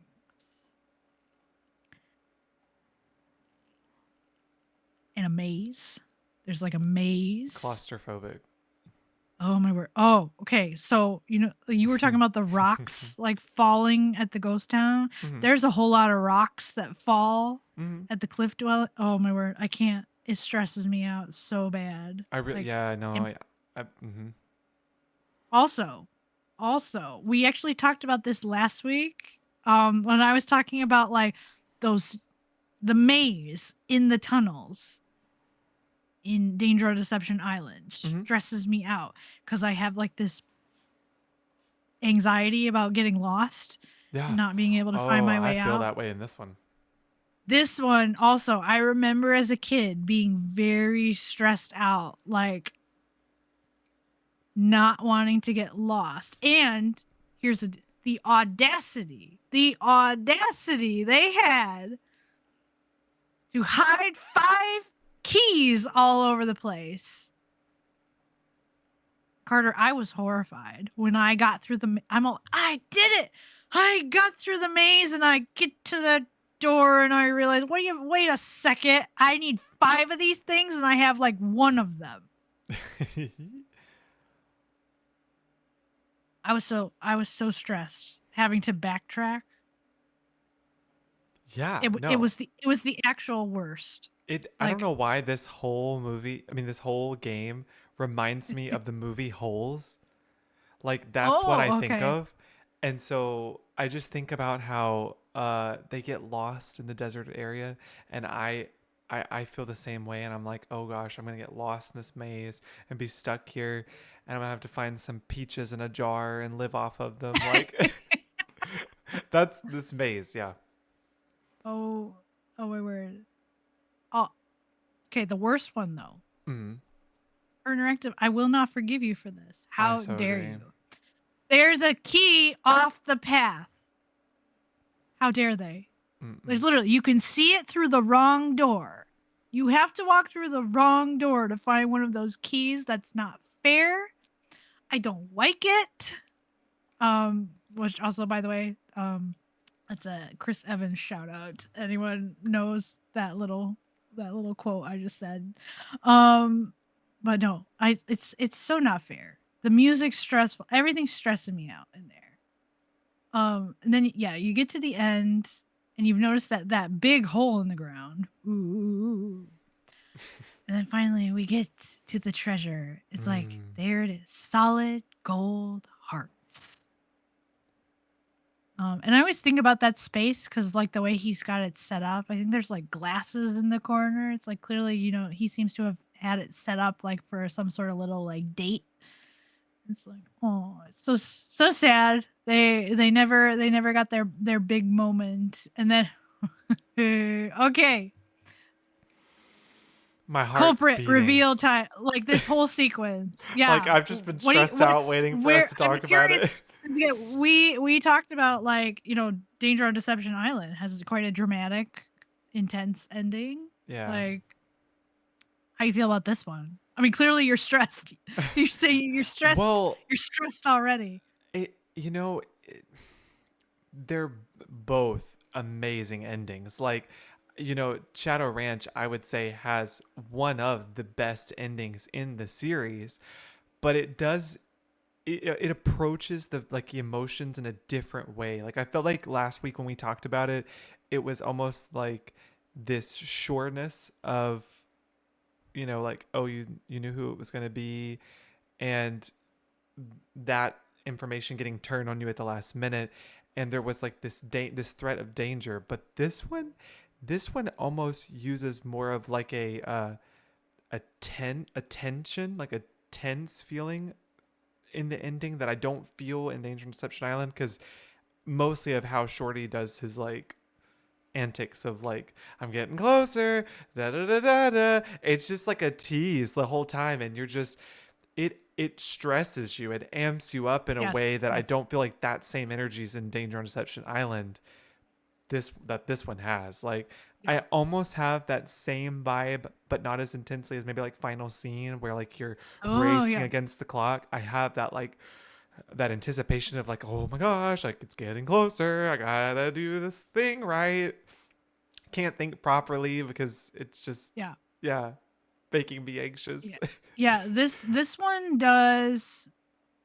And I want to say, I think we had a conversation, I want to say maybe during season 1. Some point you and I have Maybe. talked about like the endings, like there's a certain intensity to those earlier game endings when a Oh culprit yeah. is like pursuing you. Oh yes. Um oh my, this one. And again, it's the whole, I remember you step out this is like a core memory for me. If there's one thing that I still have like very visceral memories of playing this game for the Yes. first time, it's I remember stepping out the door, and again you lose cutscene, you lose control of the mouse, and Mm-hmm. the camera does the swing down, and then there's Shorty, Uh, and then he makes that sin. And the other thing is, then of course, and they went with a classic, like, the nice guy is evil. So of yeah. course you get this total personality change, which is also terrifying because he's Mm. not Mr. Nice Guy anymore. Yes, so first of all, honestly, again, I was like, I just have to, because all this dialogue, it's seared in my mind.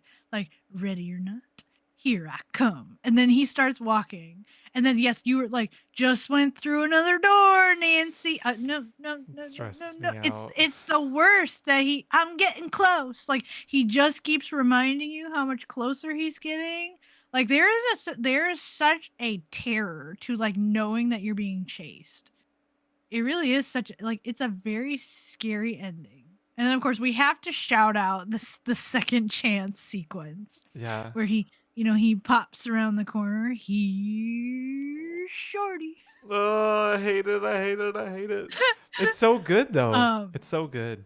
It really is. And then of course so you have to then I love, again, I love that old school Nancy like campiness, cuz when you switch the rock, like, whoa, you switched door markers on me, Nancy. I could have hurt myself. Like, and then, Yeah. then he's trying to like bargain with you, and it's the silliest thing ever, cuz he didn't even sprain his ankle. Like, so you just gotta love it. But actually, I'm pretty sure, I did not realize as a kid like how I was supposed to solve it. I'm pretty sure, as I recall, he kept catching me. Oh yeah. I don't Same. think I don't think I realized that I needed to switch the rocks and trick him into Oh, falling through the absolutely. hole in the Yeah. floor. No, I didn't So either. again, same kind of deal like with the horses. I think at some point I was just like, I just noped it out of there. Like, this is stressing me out too much. I keep dying. What do I do? And so I went to the message boards and I looked up like, how do you beat the end of this game? And then realizing like, oh, okay, Mhm. switch the rocks. And even Which now, like, that's really oh, go ahead. clever. No, I was just gonna say what an Yeah. like that's a really cool ending, and it's not one of those endings like in Deception Island where it's just like you just click something, and you do have to make that association, yes, with the orca, but this one is much more like you really are using your like detective skills, to be like, how can I trap the culprit? It's really good. Yeah.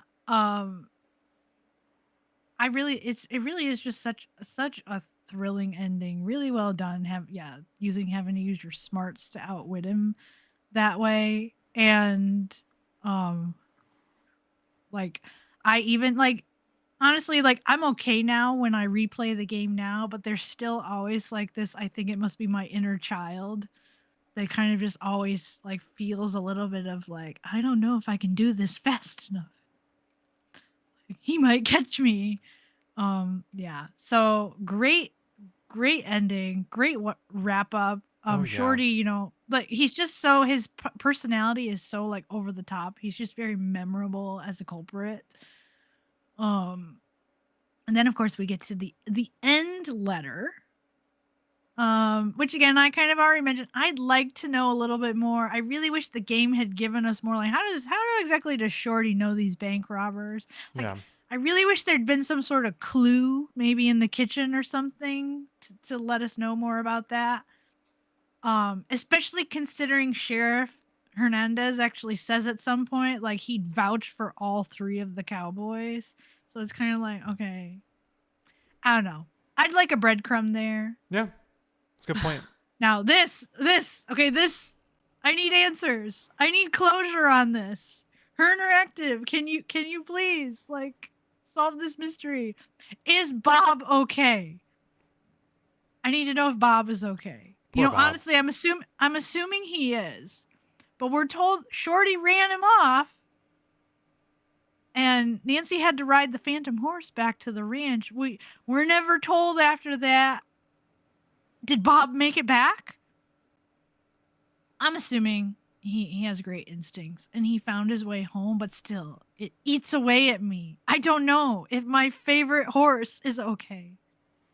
Like, what if he's out there just wandering? Anyway, I had to bring that up because I hate it. Stresses Poor me Bob. out. And then of course you gotta love Tex with the blush on his face. I love that photo. Mary's always coming over, and also again here the writing, like the writing, the way they weave together the love stories in this game. I love it. They set kind of this parallel up of like Dirk and Francis, unlikely couple, not two people you would have expected to be together, because she's the sheriff's daughter and he's an outlaw, and their relationship has to be a secret. Same deal with Mary and Tex. You would not in any universe expect those two people to be a couple, and they have to keep it a secret, but they get the happy ending. So I kind of love how the writing almost kind of like gives you that happy ending that you're longing for by giving you Mary and Tex. I love the photo of like Dave, like the thumbprint over the camera lens. Oh, I know. Like so you can't see Bess and George and Nancy. I thought that was hilarious. As a kid, and get our ranch. We do get our ranch nickname at the end. But okay, here we go. Finally. Yeah. Tell us. Gonna give y'all the closure on September 17th, the day that Dirk was hanged. Okay, I just gave you a whole lot of things about this game, why I love it. This has honestly become honestly might be my number one like favorite thing about this game. And it was something that I did not realize until like a couple years ago. Was the timeline of this game. How clever is this? I cannot believe they did this. Ugh, such good storytelling. All right, September 17th. I've now said it like 5 times. That's the day Dirk was hanged. All right, let's put some pieces together, y'all. Let's do it. Okay. Go back to the opening of this game. You gotta look very carefully at Nancy's plane ticket to Arizona. If you look at Nancy's plane ticket to Arizona, you realize that Nancy arrived at Shadow Ranch on September 15th. Why is that important? Carter, can you please remind us? How many days is this game? 3. This is a 3-day game. So if day 1 is September 15th, that means day 2 is September 16th, and day 3, when Nancy finds the treasure and solves the mystery, is September 17th. So good. Nancy Drew solved this mystery and found Dirk's treasure, brought closure to that story the same day that Dirk was hanged. So good. Which just the fact that they linked those two things together just in and of itself is mind-blowing. Like, that's so clever. But also, like, again, I love my symbols. From a symbolic, like, perspective, it kind of, in a sense, like, September 17th, like, that was a day of tragedy. That was the day that Dirk died. That was their relationship. All hope is lost. That's it. Francis's life is ruined. She can never be with Dirk. September 17th, Nancy solving that mystery and bringing closure to it. There's kind of, in a sense, like almost like it doesn't erase the heartache and the tragedy, but it kind of like almost in a sense like it like redeems the story, kind of gives it a little, giving it that closure of like. But honestly, really, and I kind of hinted at this earlier.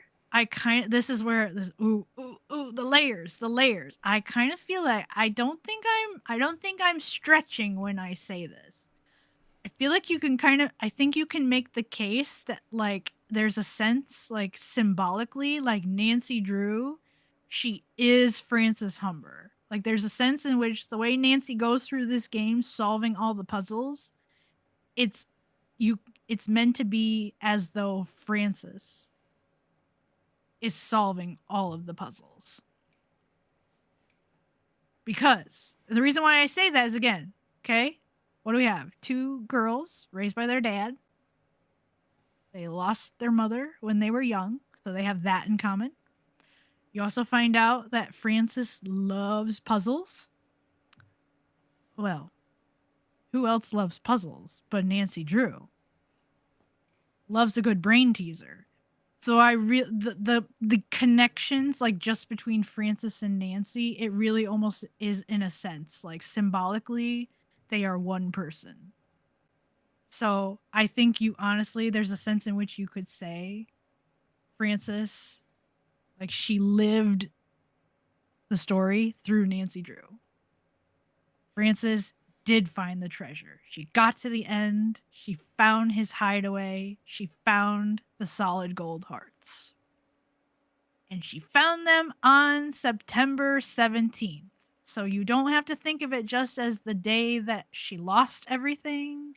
It's the day, that she found the treasure. And in a sense got to be reunited with the man who loved her. Like, so they took a tragic day and they turned it into a day of celebration by having Nancy solve the mystery. So, anyway, there you go. Tori, as always in every episode in this entire season, just beautiful, blown away. That's amazing. That is so good. Thank you. I've had to sit on that one for so long. I'm so glad you finally got to share it. We need to do this episode so I can explain this timeline. Perfect. It's perfect. It's like those are details that I feel like, man, you would just not, you're not going to know those. You really have to dig for them and like put those together. But what a beautiful idea. What a beautiful idea that they've turned that tragic day into like something where it's like, yeah, the treasure was found after all. That's so awesome. Yes. Reunited. Anyway. Well. Yeah. And I feel like, what more can I say? Yeah, no, I was going to say that is the case of why Shadow Ranch is the game that it is, and that it is the best. It is so good. Yeah. There you go. So I think, everything I've said today, like, this is why I love it. I could not have asked for like a better introduction into this series. It's a wonderful game to start off with. Yeah. And I really hope, like, and I know actually the Carter and I have had, this is a conversation that we've had kind of off air, that sometimes in a sense it's harder to talk about the things that are great. So it's almost like, what can we even say? Like, we already know it's great, but I'm really hoping that you all have found with this episode and last week's episode, well, 2 things. If you're not a fan of these games, I hope that we have given you kind of some thoughts to chew on, of maybe some things to appreciate them. Again, they don't have to be your favorite, but if you do love, if you love my favorite game, if you love Carter's favorite game, we hope that we have kind of just renewed your love all over again, and perhaps even given you some new reasons to appreciate these games. Yeah. We just had to take some time and talk about our favorites this season. Too much to say. Yes, these conversations have been so fun. Like, they really vibing. Just vibing. Honestly. And always a pleasure to chat with you guys in the comments. So let us know your thoughts on everything Secret of Shadow Ranch below. And we hope to catch you for next week's episode. same day, same time next week. And thank you for staying tuned for some deep dives. We have more ready for you. Bye, everyone.